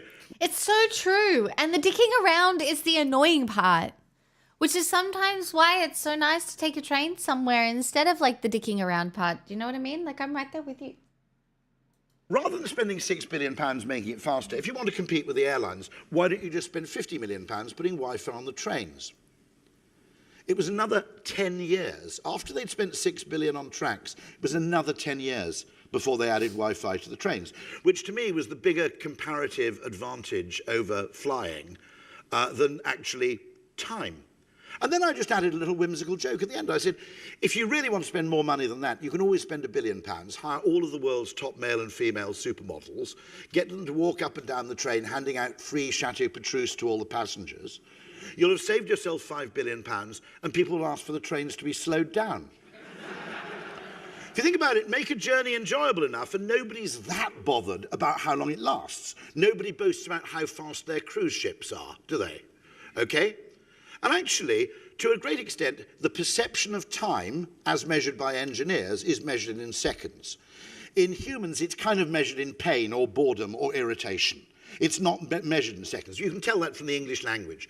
We have phrases like, time flies while you're having fun, or it was the longest 10 minutes of my life. Okay? And our experience of time is fundamentally different. But the reason this bothered me a bit is, I said, if we only try and optimize travel and transportation using objective numerical criteria, SI-derived units like distance and speed and capacity, we'll miss out on a lot of things. This some of you may recognize if you're Brits. This is the Heathrow pod parking system of driverless autonomous vehicles which run on kind of virtual tracks. And if you ever go to business parking in Heathrow, it's about 2 miles, it's about a mile actually from Terminal 5. To be honest, if you're ever stuck landside in Terminal 5 for 4 hours between planes, just amuse yourself on these, okay? I've never seen those before. I'm in Dubai, where they probably had them in 1978. Okay, the extraordinary thing about these is the price for parking at the pod parking, which is about a mile from the airport, often exceeds the price you have to pay for parking in the short stay car park. Now, no one will actually admit this, but it's because they want to ride on the pod. I have colleagues, business colleagues, who are serious people in their 60s, otherwise highly intelligent adult people making, you know, mold-breaking worldwide decisions. And occasionally they turn up for the pod parking and they're told, I'm terribly sorry, the pod parking's actually full today, so we've upgraded you for free to short stay parking, which is right next to the airport. That's basically, you know, traditionally in a normal world, you'd pay sort of £20 more per day for that. And they admit to me secretly, they say, I do think at the end of the day, most people just want to enjoy their time, no matter what they're doing.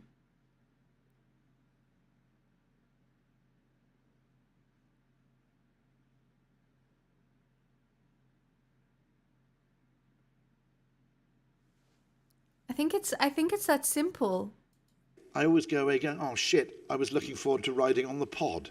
Okay. Now, the problem with that is you probably can't justify that as a mode of transport using conventional metrics because a bus would be just as effective. Angry.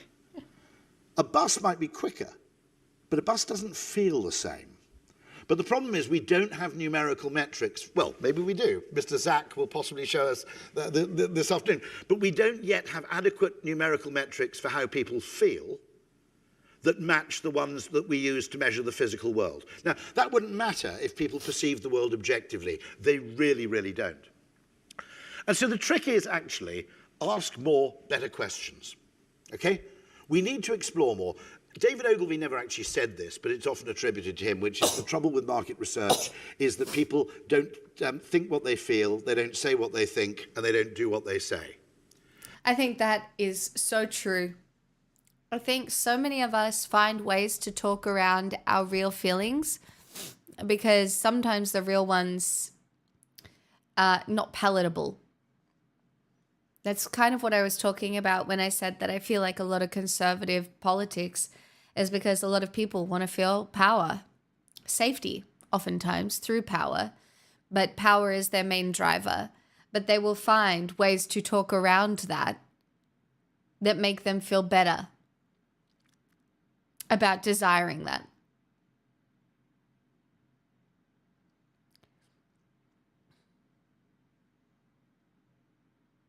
Like if I had to think of an example of it in my life, I would say that I did really want to be a ballerina when I left school in year 10. I really did. But I do think my underlying driver for that is I was having a really hard time at school. And I did want to think I was special, that I was different. I think I did want to think that. And I do think that was probably, even though I was obviously incredibly passionate about ballet and enjoyed it a lot, I think my underlying reasoning was probably because I just wanted to feel special or different.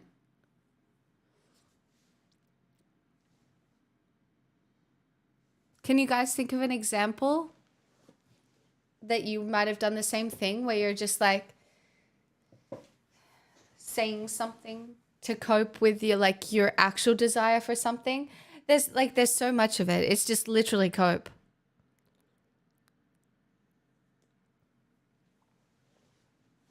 It's like, I don't know, I think some people can be entitled to say, oh, I'm better off alone, and maybe you are, but a lot of times it's also because it's providing reasoning and you're not actually saying how you actually feel. Understanding what people feel is difficult. We are starting to be able to measure it.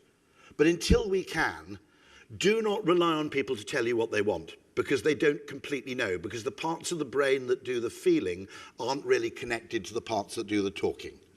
Very large amount of, effectively, of psychology assumes, an awful lot of business activity assumes that we have kind of mental access to our unconscious motivations and desires, when in truth they're what's known as opaque to introspection.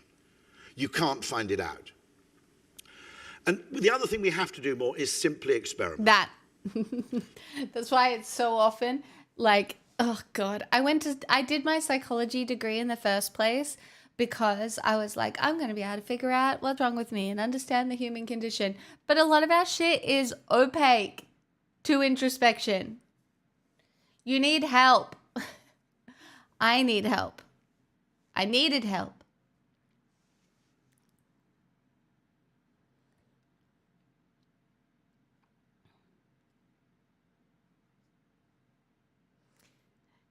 That's really common. Yeah, it's really common for people to go into psychology for that reason. Yeah. Don't experiment with everything, by the way. Often, when creative people come out, they go, we need to experiment more, we need to test, we need to throw away established wisdom. No. You don't need to do that, because established wisdom is mostly established for a pretty good reason. But you've got to have a ring-fenced area of 10 to 20% where you're allowed to fail. You got to bring things in, right, Blasphemous? Because it is very complicated. There are very few people in the world who can see the entire picture. And I think one of the hardest things about going to university is that you learn one thing and then you realize that in order to understand that one thing, you need to understand about 8 other things. And you realize that's going to take an entire lifetime. You're not going to understand economics properly unless you understand geopolitics. You're not going to understand geopolitics unless you understand the relationships between world leaders. You're not going to understand the relationships between world leaders without a full fundamental understanding of the histories that brought the leaders to where they are today and the sociology and psychology that got them there. And then you realize, holy fuck, do you know how much cross study area information you need to have a fully formed opinion? It's a lot.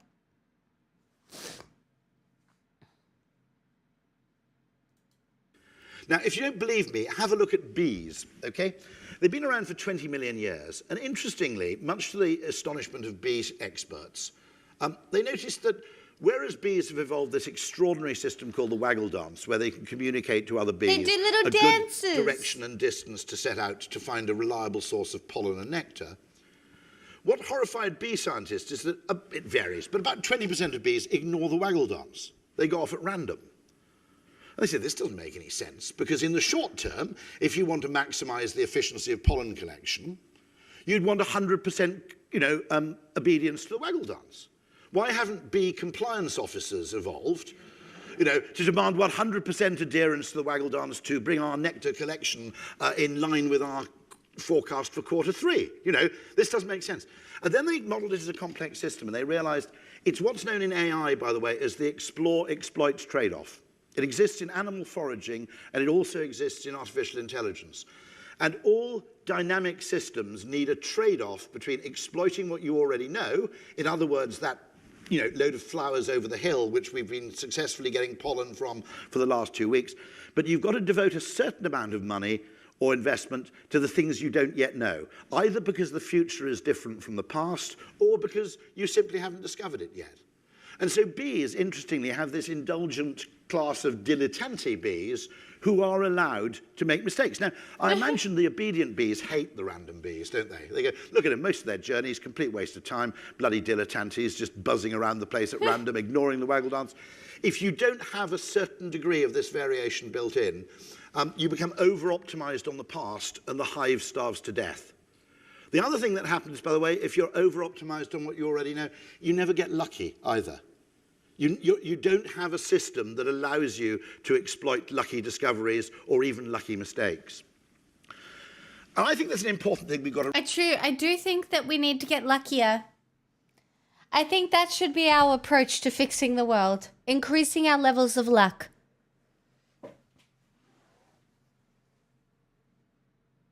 I might have to have a conversation with the Irish or something. Recognize here, which is that we're trying, and this is a great book, by the way, by Roger L. Martin. Anybody know him? He's Canadian. Wonderful business writer. It isn't out yet, but he gave me an advanced copy, A New Way to Think. He argues that we're trying too hard to innovate simply based on what we already know, rather than by exploring what we don't yet know. And he thinks we need to have, what we're effectively trying to do is... It's because investors don't like putting money into things that they don't know. It's very hard to convince people to invest in something that they are not 100% sure is going to turn a profit. To use data to make every single decision an act of logical induction or deduction. And his argument is you simply can't do that. The really significant innovations never come about that way. They come about through a leap of the imagination, or not from the question what is, but the question what if.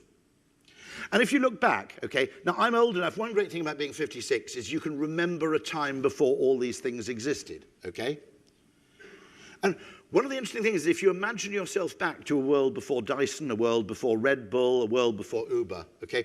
None of those things really, a world before Nespresso, none of those things really made sense in advance.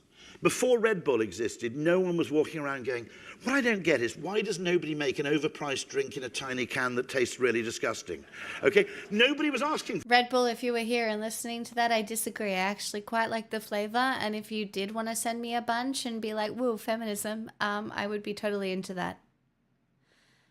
That's probably not going to happen. But I did just want to clarify real quick. I wouldn't drink Red Bull all the time, but I unironically like the flavor. Is that weird? Like, I do like the flavor of Red Bull.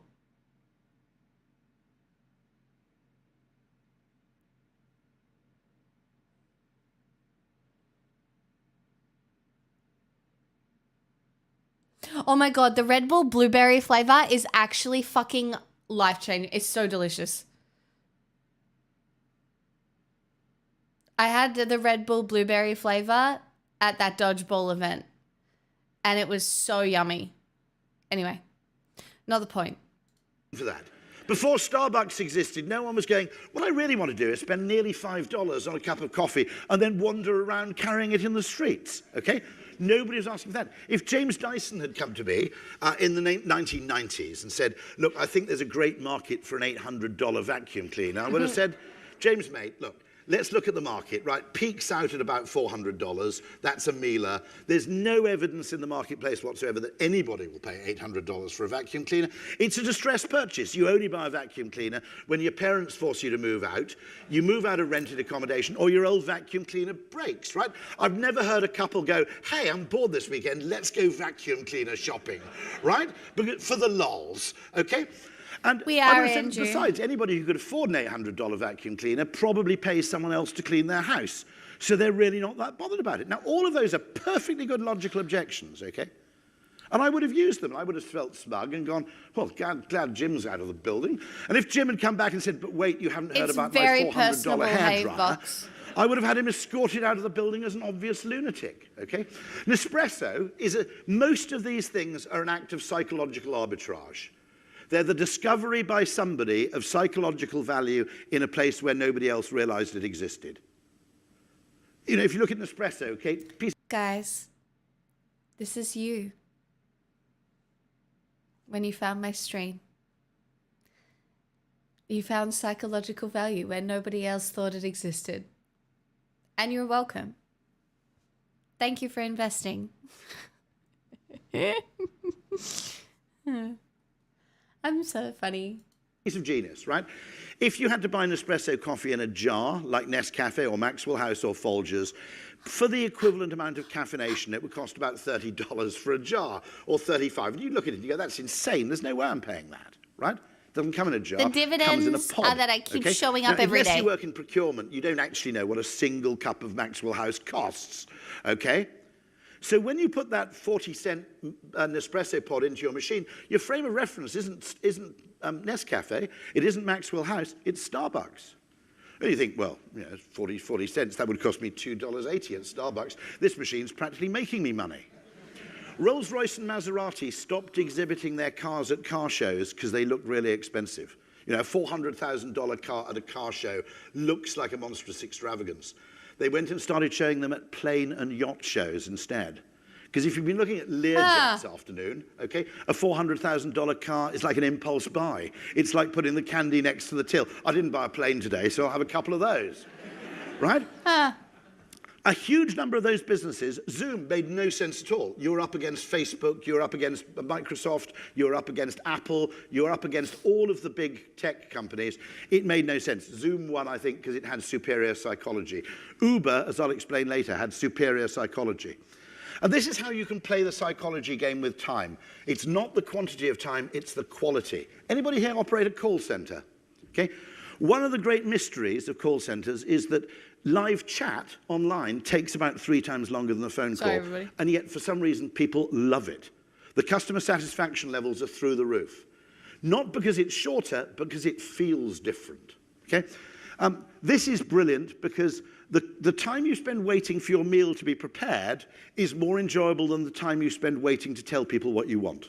Okay? If you go to a fast food outlet, the time when you're just standing there going, I want to order a bargain bucket, and you're having to queue to wait for that, is purely Oh, Keeper Fino, we can definitely critique Uber pretty significantly. But that's what happened. All those apps, any app that could figure out how to be a profitable middleman and cut out like the difficulty, they did really well. Uber, Airbnb, like any app that can figure out how to be a profitable middleman in that way was definitely a boom. negative. Once you've said, I want a bargain bucket, you reframe the remaining time as time devoted to the quality preparation of my bargain bucket. And so time spent while your food's... Do you travel often? No. But I went to Scotland earlier in the year. And I do kind of want to make it a goal of mine to travel once a year. Is that necessarily possible? Maybe not. Am I currently trying to live in a way that would make that possible? Yes. No, Uber wasn't profitable for ages. But that's what happens. If you undercut everything else for long enough, then that's how you gain market share. Angry.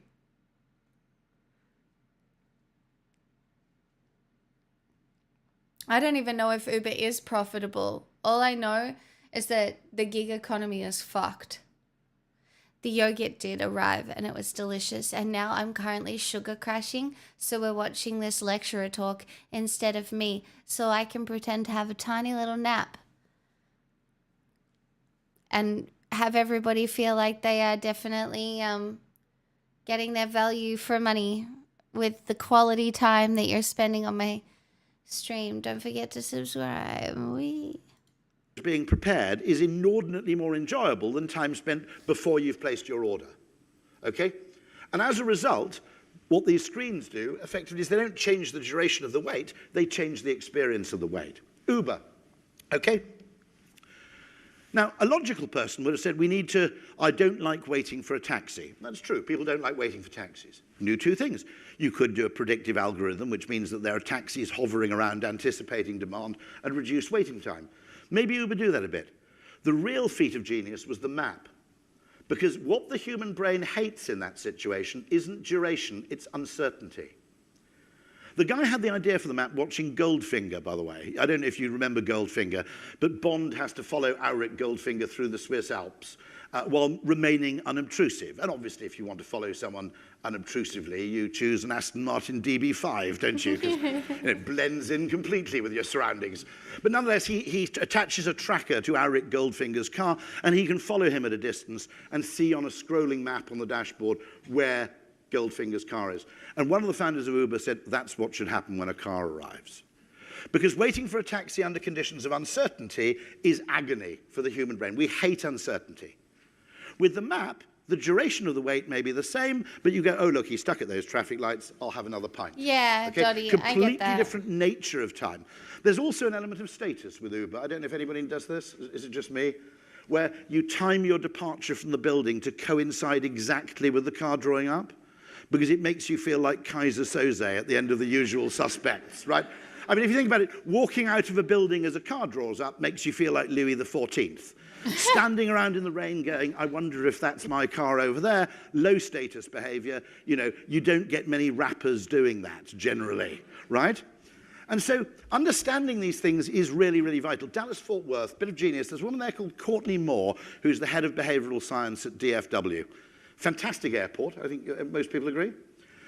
One of the things they're looking at is that the whole experience of waiting to board a plane is messed up by the 8 people who insist in forming a queue too early, right? So instead of just sitting there having a cup of coffee and reading a book, once a queue forms, you feel you have to join the queue for fear of missing out, true, but which I means don't. that the last 25 minutes aren't spent in... I sit until the very last minute. You don't catch me early on a plane at any point. I'll go on last. The only time that it's annoying is if people have overpacked like carry-on and then there's nowhere to put your bag. But most of the times when I travel these days, I don't take like a proper carry-on, so it doesn't matter because I'm small and I can put it under the seat in front of me. Comfort and convenience, but they're spent standing there like, you know, like a fool to prevent anybody getting in front of you. Fools! Their plan in DFW is to make it really ambiguous where the plane actually boards, so no one can form a queue in advance. So people will actually spend the time waiting doing something enjoyable, which I guess is going... The fact that we have to trick human beings into not lining up too early is wild. Chick-fil-A, isn't it, in Dallas? Right? But they'll spend their time doing something enjoyable rather than just standing mindlessly in a queue. Again, it's not changing the duration, it's changing the quality of time. So I know this guy founded one of your competitors, but you need a 20% Bob. If you look at Bob Crandall, the founder of the American Airlines CEO, he's still alive, I think, isn't he? But he's one of my heroes. Now, to be honest, some of his ideas were absolutely nuts. I mean, the idea of selling unlimited lifetime first-class travel on American Airlines for $250,000, which he did try. They were a bit short of cash. And they spent the next 8 years trying to identify the people who'd bought these tickets and find a legal loophole to get rid of them. Because they were turning up basically in American Airlines first-class lounges, having a 5-course meal, and then going back to Chicago again. They were taking their friends to London for lunch and back again. Okay, mad idea. But he did invent the loyalty program, he invented Sabre, he invented about 5 absolutely killer ideas. And again, they kind of didn't really arise out of deductive logic. They were a feat of the imagination. Very quick thing, you've got Paul Zak this afternoon, so I don't need to go into huge depth on this. 2 huge forces in human behavior, habits, basically, and social copying. Evolutionarily, we've defaulted, when in doubt, do what I've done before, and when that doesn't work, do what everybody else does. Because it's not necessarily perfect, but it's a non-catastrophic heuristic for decision making. If you do what everybody else does, it might not be perfect, but it's unlikely to be a disaster. You know, if I've eaten the purple berries before and I've never got ill, it's safe to eat the purple berries again. If I don't know which berry to eat and everybody around seems to be eating the purple berries but ignoring the red ones, I should probably do what they're doing too. Perfectly logical, evolutionary adaptation. Social norms are the other big thing. And that, by the way, has changed a lot because video conferencing has been normalized. That isn't going to go away, okay? In 2019, when I had a 2-hour meeting in Frankfurt, the Coca-Cola answer was to fly to Frankfurt for the day, and video conferencing was Dr. Pepper. You know, it was an outlier. You had to explain why you were having it, you know. Now, I apologize for any Texans in the room, because I understand that in Texas and New Mexico, Dr. Pepper is basically the default drink. So this doesn't apply to any Texans. But you see what I mean? It's like, you know, now to some extent, if you've got a 2-hour meeting in Frankfurt now, video conferencing is going to be Coke and flying over is going to be Dr. Pepper. In terms of the social normalization of the behavior, they've kind of reversed. We see some changes, by the way, in business travel. EY in the UK has vetoed flying for any trip of 1 night or less. Google, interestingly, has instigated 2 weeks of work from anywhere. So with your line manager's permission, in addition to your 2 weeks of meager vacation, which... It's that quote as well, like if all your friends jumped off a cliff, would you jump off a cliff? And some people are like, yes, I would. Yes, I would. Chat, I've got a really good example for you. Because I'm doing really well in my life right now, are you going to do really well in your life right now? Because I'm trying hard to eat better and be more mentally stable. Are you going to try hard to eat better and be more mentally stable? That's right, bitches. You have to copy me. This is an authoritarian dictatorship. Americans are given. You also, with line manager's permission, can go somewhere else, like stay with your parents or go to Hawaii, and provided you do your work, it doesn't matter that you're somewhere else. So there will be some lasting changes. Not everything will revert. But as I said, and as this book says very well, actually, what we tend to do is we get stuck with a mental model, and it's the Vladimir Putin approach to life. You get stuck with a mental model, and when it doesn't work, you basically dig in deeper, okay? And quite often, what we should be doing is instead of asking the same question and continually trying to come up with answers to the same question, we need to ask a new question from time to time. This book, actually, Roger Martin's book, he was the dean of the Rotman Business School in Toronto, makes exactly this point. So this is the standard question. Should your employees be able to work flexibly? It's the wrong question. This is a much more interesting question. Do you want your customers to be able to work flexibly? Because I would argue that if you look at most of our staff in London, after we've paid them and after they've paid tax, 50% of their after-tax income disappears in transportation, commuting, and accommodation costs. If you give if America as a whole had a greater degree of autonomy around working patterns, it would be a huge injection of cash into the discretionary economy, which benefits you guys. If you really want to get serious, if I were in the travel industry in the United States, I'd spend 90% of my lobbying budget basically lobbying for 4 weeks of guaranteed paid vacation. I don't understand why you don't do that. Okay? This is Truly. interesting. Okay? That's Bernie interesting. Sanders was the only person, they thought he was mad. I don't think it's mad. I think America would be wealthier because if you have, the reason only 40% of Americans have a passport isn't because they're uninterested in traveling, it's they haven't got time to go anywhere. If you actually campaigned for 4 weeks, I know it sounds communist, doesn't it, to the Americans among you. Seriously, in Europe, I've never met somebody so right-wing who thought we should have less vacation. Genuinely, okay? It's just normalized. 4 weeks, perfectly standard. You wouldn't take less. You wouldn't It's pretty work for normal anybody who here offered you too. less. Given that money spent in leisure time is actually more labor-intensive than money spent on goods, it would probably benefit the American economy if people had more time to spend it. Andrew. You think I'm mad? Okay. Okay, this is the well-known commie who really came up with the idea, Henry Ford, who very largely created the 2-day weekend for his workers. I don't get vacation time. But technically in Australia, most people who have like regular jobs get 4 weeks vacation. I am going to do that though. I got to find a way to give myself like the occasional vacation because it's just hard. Every time I go away, I'm like, everybody's going to forget about you and then you're going to be poor and homeless.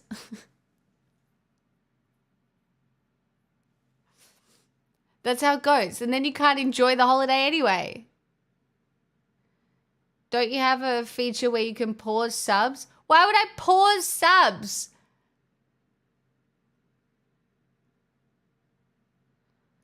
We don't want you burning out though. Gotta rest. I'm definitely not burnt out at the moment. I feel really good. I feel capable.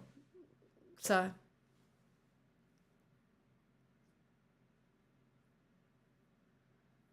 You think we'd let Pixel go without food? I don't know. I like to believe you're all good. But I don't know how many of you I've truly fixed yet.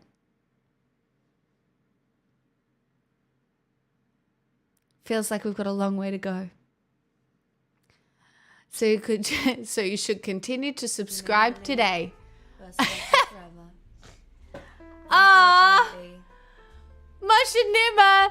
Honestly, the timing of that subscription could not have been any better. Chat, can we get some free will spam? Because that's a free will sub. That's right. Free will does exist. It's real. Maybe. But it's there. It's right there. It's free will. It's a free willing sub out of the blue. I feel so special. I've never felt more special in my fucking life. Anyway, next holiday on you. Not entirely out of his own beneficence, but because he felt that if that spread, if the two-day It's a really good weekend point, spread Famis. across American workers, what happens when you've got a 2-day weekend? It's worth buying a car. Okay? So Henry Ford asked a different question, which was not how can I get my workers to work as hard as possible? He asked a question which is it possible to create more leisure in wider society so that it's actually worth owning a car in the first place? And I think we need to ask more interesting questions because, and we also need to experiment more, and I think this is why. I think they're just more good ideas that we can post-rationalize than they are good ideas we can pre-rationalize. I'll give you a couple of creative examples, one of them travel-related, okay? These are things which are obvious in retrospect. I spent years traveling around the world with about 15 plug adapters. Okay, and literally, years and years, I had the one for South Africa, the one for Australia, the one for the United States. Hey! And I had several of each because I needed to charge 2 mobile phones and a laptop and everything else. It took me 10 years before I realized if you just have one plug adapter and you buy one of those 3-gang extension cables. You're catered for absolutely everywhere. One universal adapter, one of those, and you don't have to unplug the table lamp and the television in order to charge your laptop. It took me years. Now, if anybody's getting their kitchen done, here's a suggestion: get 2 dishwashers. And you're looking at me going, this guy's nuts. He's in the pay of Bosch or Indesit or something, right? Genuinely, is everybody thinking, why the hell would you get 2 dishwashers? If you have 2 dishwashers, you don't have to unload the dishwasher. You have a clean one, which you use as a cupboard, and then you use the stuff, and you put it in the other one. And that's the dirty dishwasher, right? And then, when the dirty dishwasher's full, you turn it on, and that's your clean dishwasher. So you never have to unload the dishwasher. You just move things from one side to the other. Okay? But it's only obvious in... Sounds like the guy who wrote the 4-hour work week. Also, it sounds moist. Do you know what I mean? retrospect. And when he first said, everybody thought I was mad, right? Why on earth would you do that? It's only in retrospect that so many things become obvious. And I think the world's just full of these things.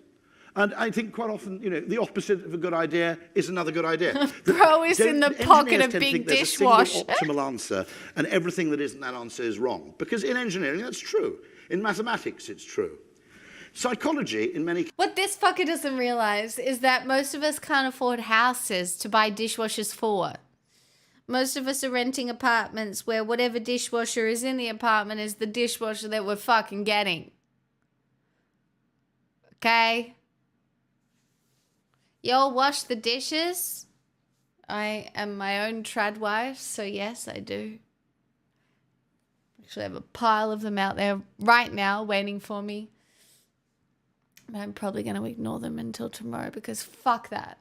Cases, the opposite of a good idea is another good idea. There are two great ways to check into a hotel. I know, fully Grumpy automated Gore on me or really too. high touch, high service.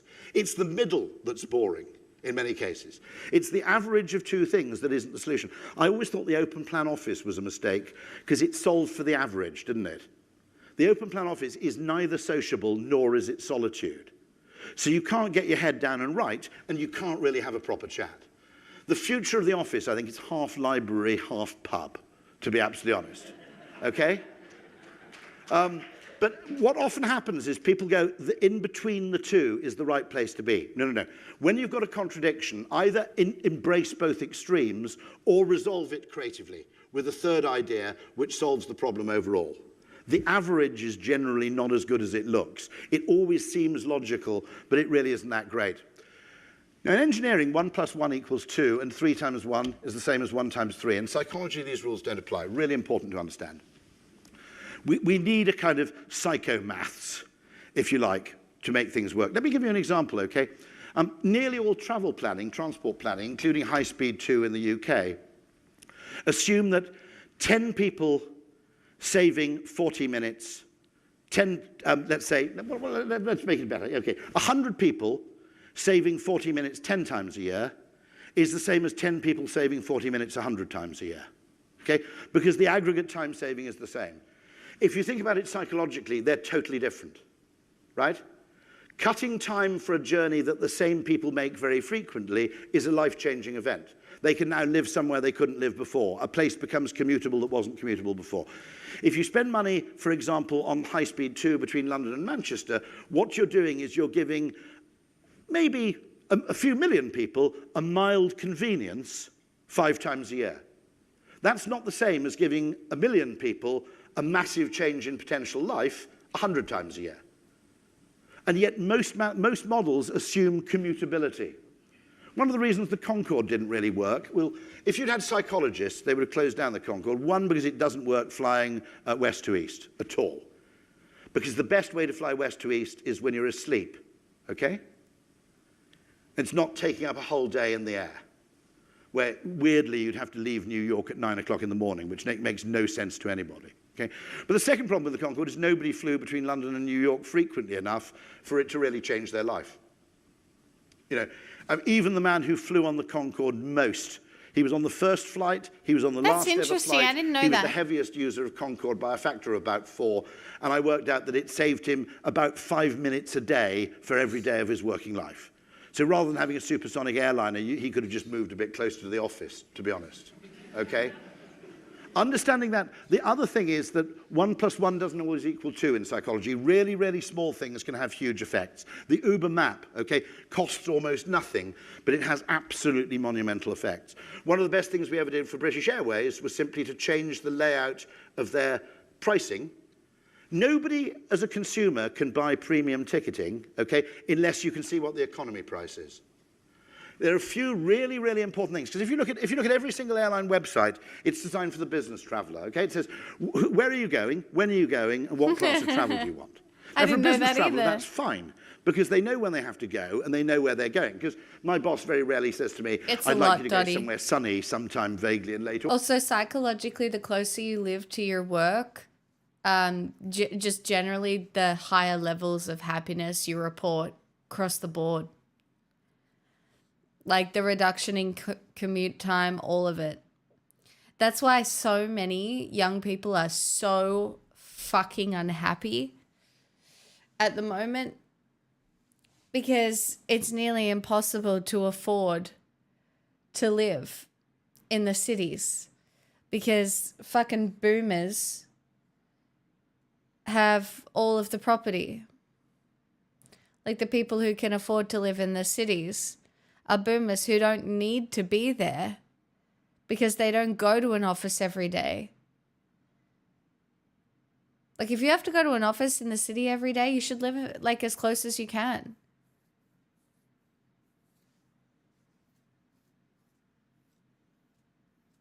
Oh, I'm so happy for you, Grumpy. That's so nice. August, right? I have a place to go and I have a time I have to get there, okay? And the class of travel is determined by my employer. So those are all questions I can answer. To a consumer, all of those questions are, it depends. Search for a consumer is an iterative process. Whether I go premium economy or business or economy depends on what the price of the other available tickets is. Okay?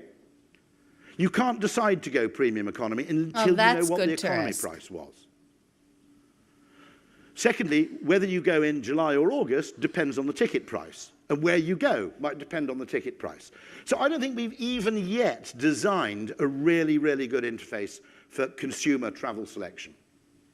Read Eric Johnson's book the recent book on choice. He's at Columbia, I think, for more about this. What also choice does is it feels completely rational, but we never, dating sites are rather terrifying like this, okay? Because we never see what we just missed. You know, as he made the point, as someone who is 5'7", who only looked at partners on Tinder who were 5 inches taller than them, would automatically eradicate George Clooney from the search, from their search. We need somehow a much, much better way of looking for travel. Wait, how tall is George Clooney?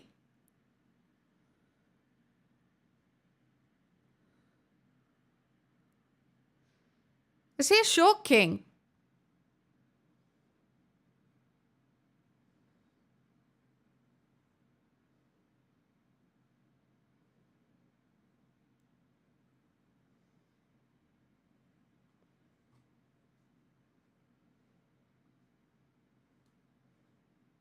Which acknowledges the messiness of human decision-making 5'11"? as opposed to That's the not neatness short. of business decision-making. And one of the things I'd love to talk about if anybody's interested, and if Travelport has the technology to make this possible, you know I mentioned that 3 times 1 isn't the same as 1 times 3, okay? All yield management and revenue management seems to use the price mechanism to encourage people to change their behavior, okay? It always says, save £30. Yeah, but Tom Cruise is not sexy, okay? Tom Cruise is not sexy to me. Even slightly. He's not sexy. At all. But George Clooney. Pounds. Now, let's think about this a bit. If you're a hotel, okay, any hoteliers here? There must be a few, okay? A family of 5, when they stay at a hotel, Guys, my first crush was a mouse, and beyond that, it was like Richard Dean Anderson, all right? You know, Daniel Jackson. I wouldn't say I grew up with, you know, a healthy cohort. Never mind. probably paying for 3 rooms out of 1 income. A dual income couple with no kids are paying for 1 room out of 2 incomes. That means it's actually more expensive for a family of 5, typically, to stay at a travel lodge than it is for a dual-income couple to stay at a 5-star hotel. No. Jonathan Bailey, but he's gay. I don't know how tall he is, but he's a For crying out loud. very I'm sexy. attractive. Richard Dean Anderson, nice of you to make an appearance. How do you feel about Christopher Judge? I mean, it's not a no. And honestly, as I've gotten older, the silence, man of few words,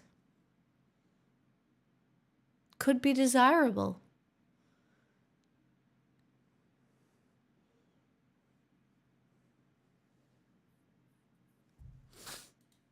Why are all Post Malone is sexy. No, Post Malone is sexy.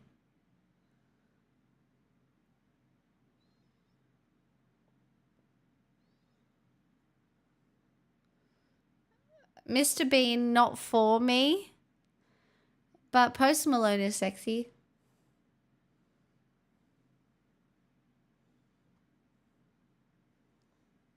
Now, Paul Mescal, unattractive as fuck, hate him. You wanna know why?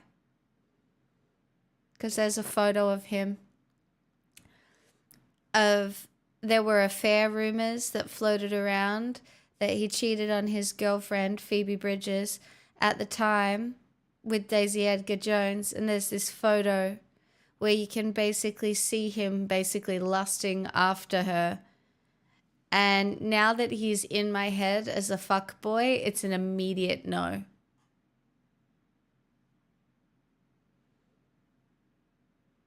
It's amazing how unattractive I can find someone if I think they're a piece of shit.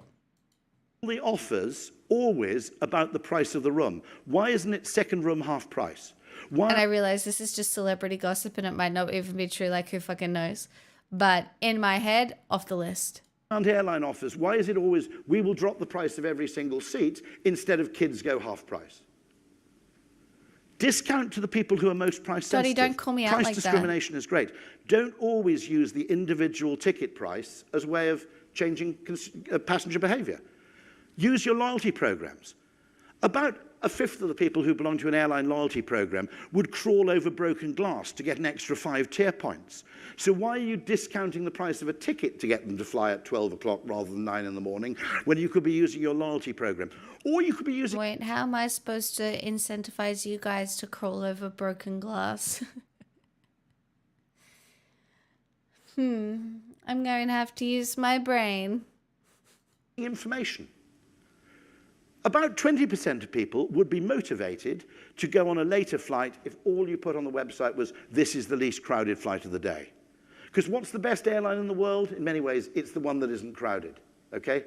A flight that's 70% full will almost always be nicer than a flight that's 100% full. So Especially true. if you're in the seat with a broken TV, okay? Rainbow. Because you can go and sit somewhere else. And I think economics and logic and numbers has taken over yield and revenue management to far too great an extent.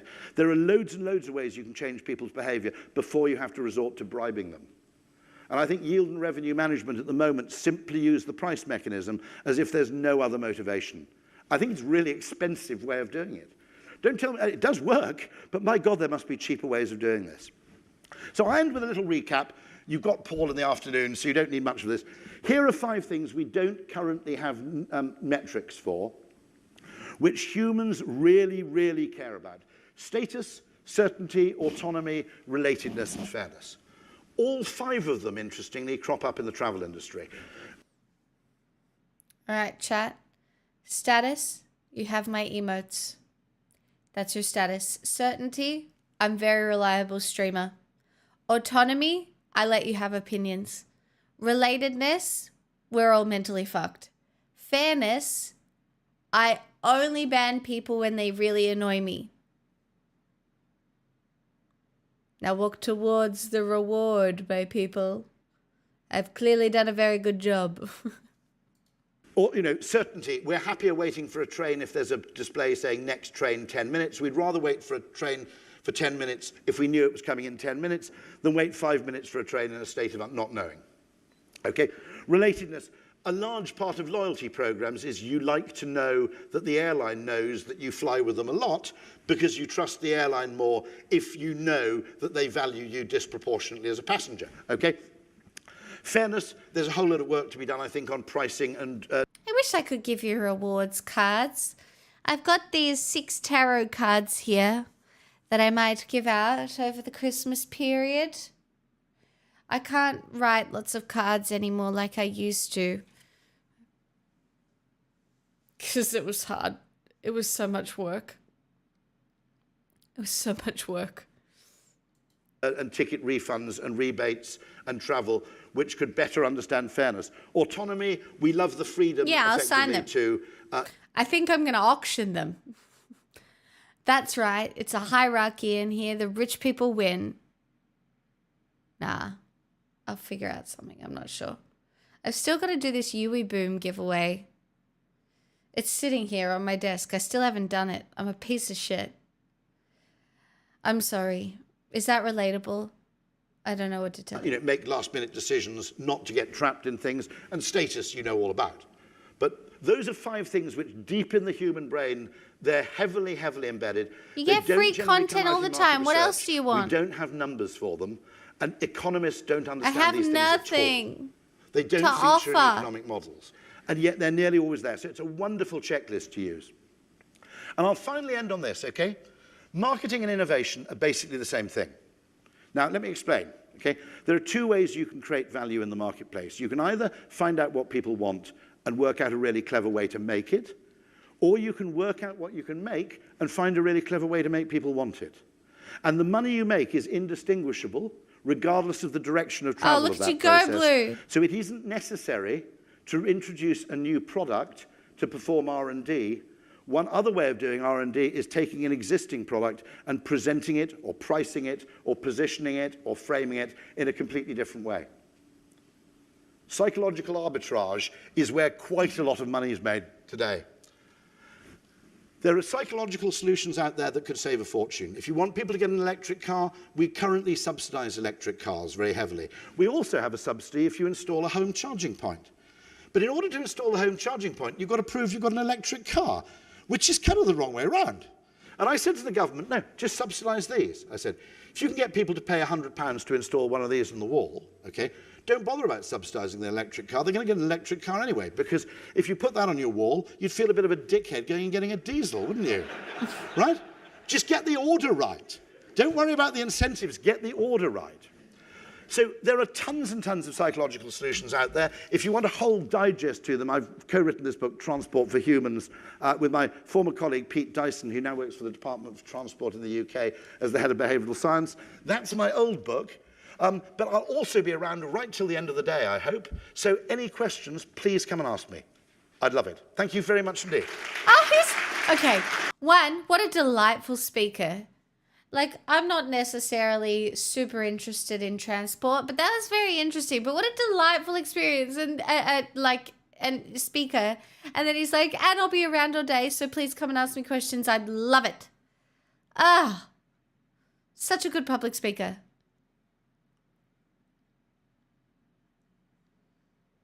I think it was, it was to Travelport.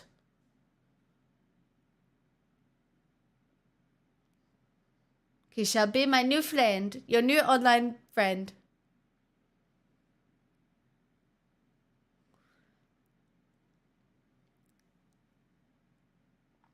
Can't fish, need to hit 1 million first.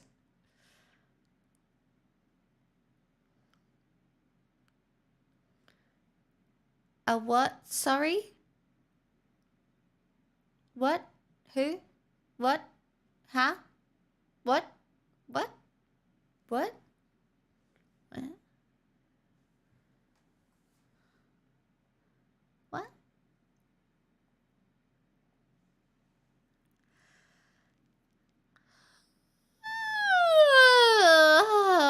I've been killed by frozen yogurt. my insulin resistance is working overtime right now. It's fighting. I'm fighting. I'm fighting. I'm fighting. No, it wasn't cursed. I'm cursed. I'm so cursed, you guys. I'm so cursed. So cursed. Summer went away, still the yearning stays. I play it cool with the best of them. I wait patiently, he's gonna notice me. It's okay, we're the best of friends. Anyway, I hear it in your voice. You're smoking with your boys. I touch my phone as it fits your face. I didn't choose this town. I dream of getting out. There's just one who can make me stay.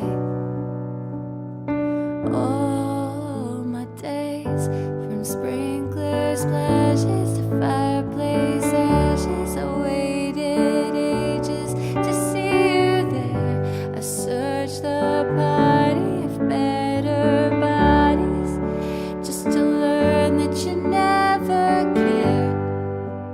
You're on your own, kid. You always have been.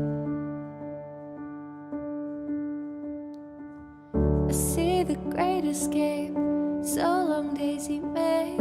I picked the petals, he loves me not. Something different blue, riding in my room. Captain Farmer's gifted 6 months of tier 1 to stream elements. They've gifted 1,181 months in the channel. Run away from sprinkler splashes to fireplace ashes. I called a taxi to take me there. I searched the party of better bodies just to learn that my dreams are rare. You're on your own, kid. You always have been. From sprinkler splashes to fireplace ashes, I gave my blood, sweat, and tears for this. I hosted parties and starved my body like I'd be saved by a perfect kiss. The jokes weren't funny. I took the money, my friends from home don't know what to say. I looked around in a blood-soaked gown and I saw some. Ow! 'Cause there were pages turned with the bridges burn. Everything you lose is a step you take. Let's make the friendship brace. Let's take the moment and taste it. You got no reason to be afraid. You're on your own, kid. You can face this. You're on your own, kid. You always have been. I'm too tired. I'm too tired. I'm sorry, everybody. I'm legitimately about to fall asleep. I'm sorry, Blue. I'm legitimately about to fall asleep. I'm sorry. I don't think I literally can't keep my eyes open. I haven't even had any pills or anything. Am I gonna die? I'm not gonna die. I'm not gonna die. I'm not gonna die. I just can't stay awake though. I'll be back tomorrow. Oh, fuck me.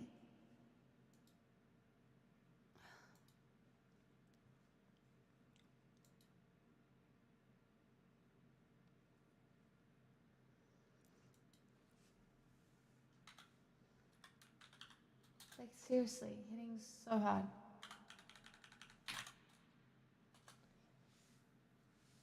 I can't sing. I'm sorry. I feel useless. Honestly, I probably should have stayed on the couch and then the fire alarm wouldn't have gone off, but then I wouldn't have had frozen yogurt So, you know, circles, roundabouts, the yin, the yang, the yin, the yin and the yang. Oh my fucking God, what is wrong with me? You can try, Thamus. I'll be back tomorrow. Or I might take tomorrow off instead and work Thursday, Friday instead. Maybe. I'll see. I might fuck with the schedule to be a little bit crazy, you know?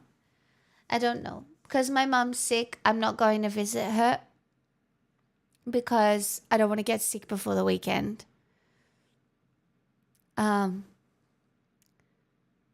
going to pass out within seconds. Be good to yourselves, everybody, okay? You have to promise. And if you don't, I will know. So there.